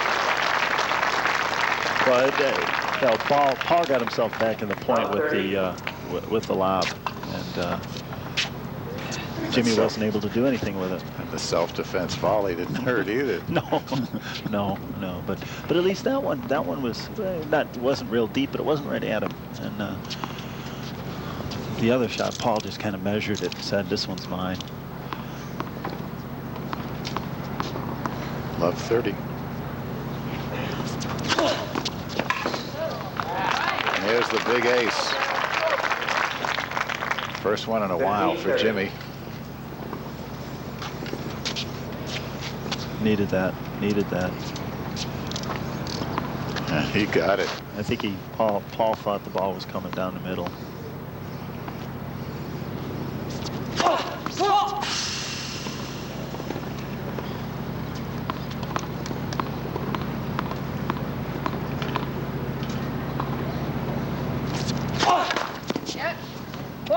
And again, his second double fault of the game 15-40. sets him up for a double break point against.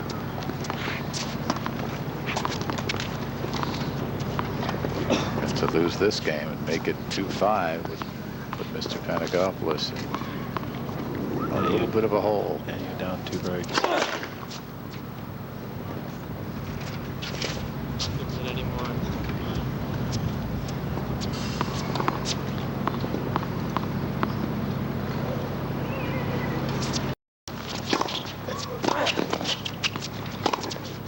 And there it is. There it is. Nothing he could do about that one. He didn't hit a bad volley, but just didn't hit it wide enough to be able to do anything. Okay, Pridmore will come back and serve. He leads 5 games to 2. He is 1 game away from a state tennis championship.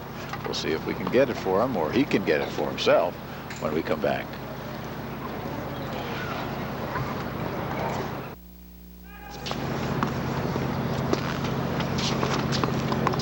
Okay, we are back. It is 5-2.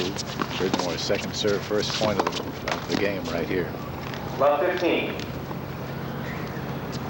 And we may see, things got a little relaxed in the last couple of games, and I think Panagopoulos has to start getting back to his aggressive style. And as evidenced by that when,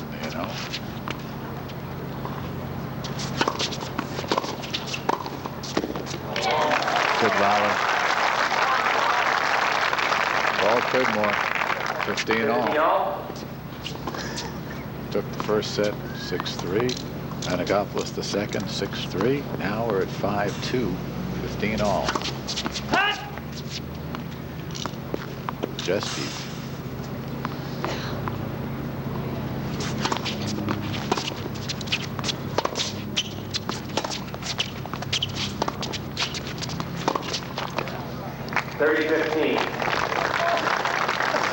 Didn't get set too well on that backhand, and forced by a good deep shot by Pridmore. Ball now 2 points away.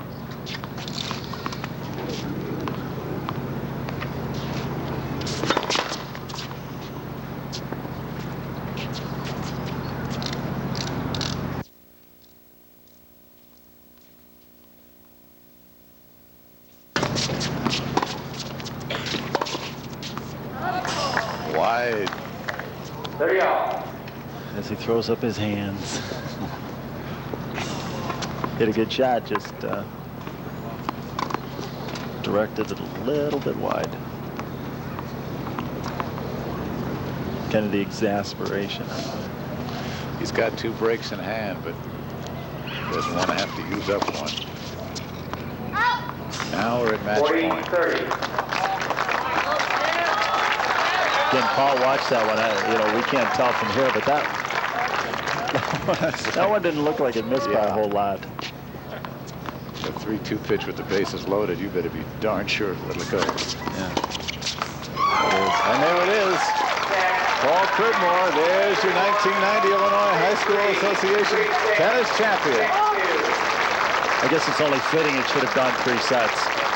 6-3, 3-6, 6-2.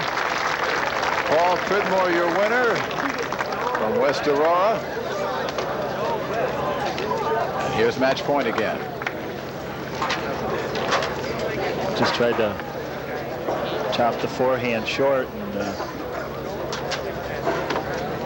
that's it.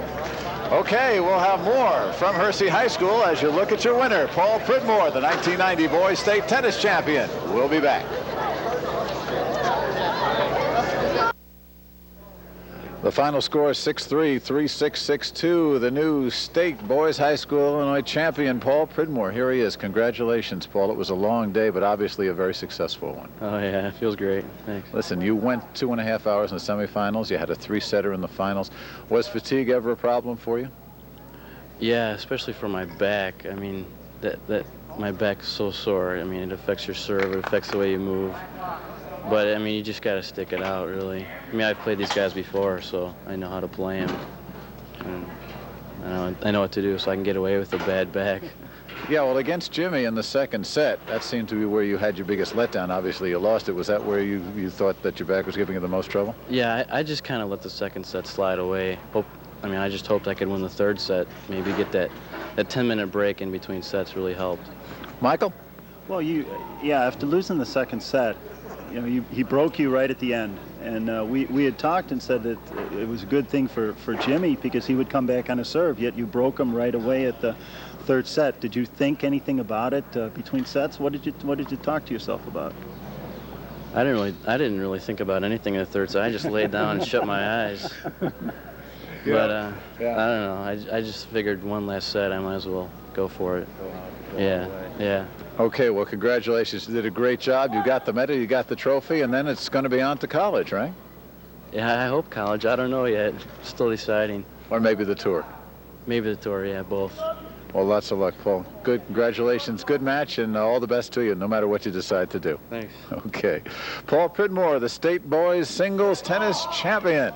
And, of course, as far as the doubles is concerned, Decatur Eisenhower, John Miller, Chris DeVore, they had a very strong showing, winning in straight sets over Maine South. Yeah, I think we saw an example of a very well put together doubles team, and they played well. They showed it in the finals. And there's one tired singles player who's going to get a lot of sleep tonight. We'll be back to wrap things up in just a minute.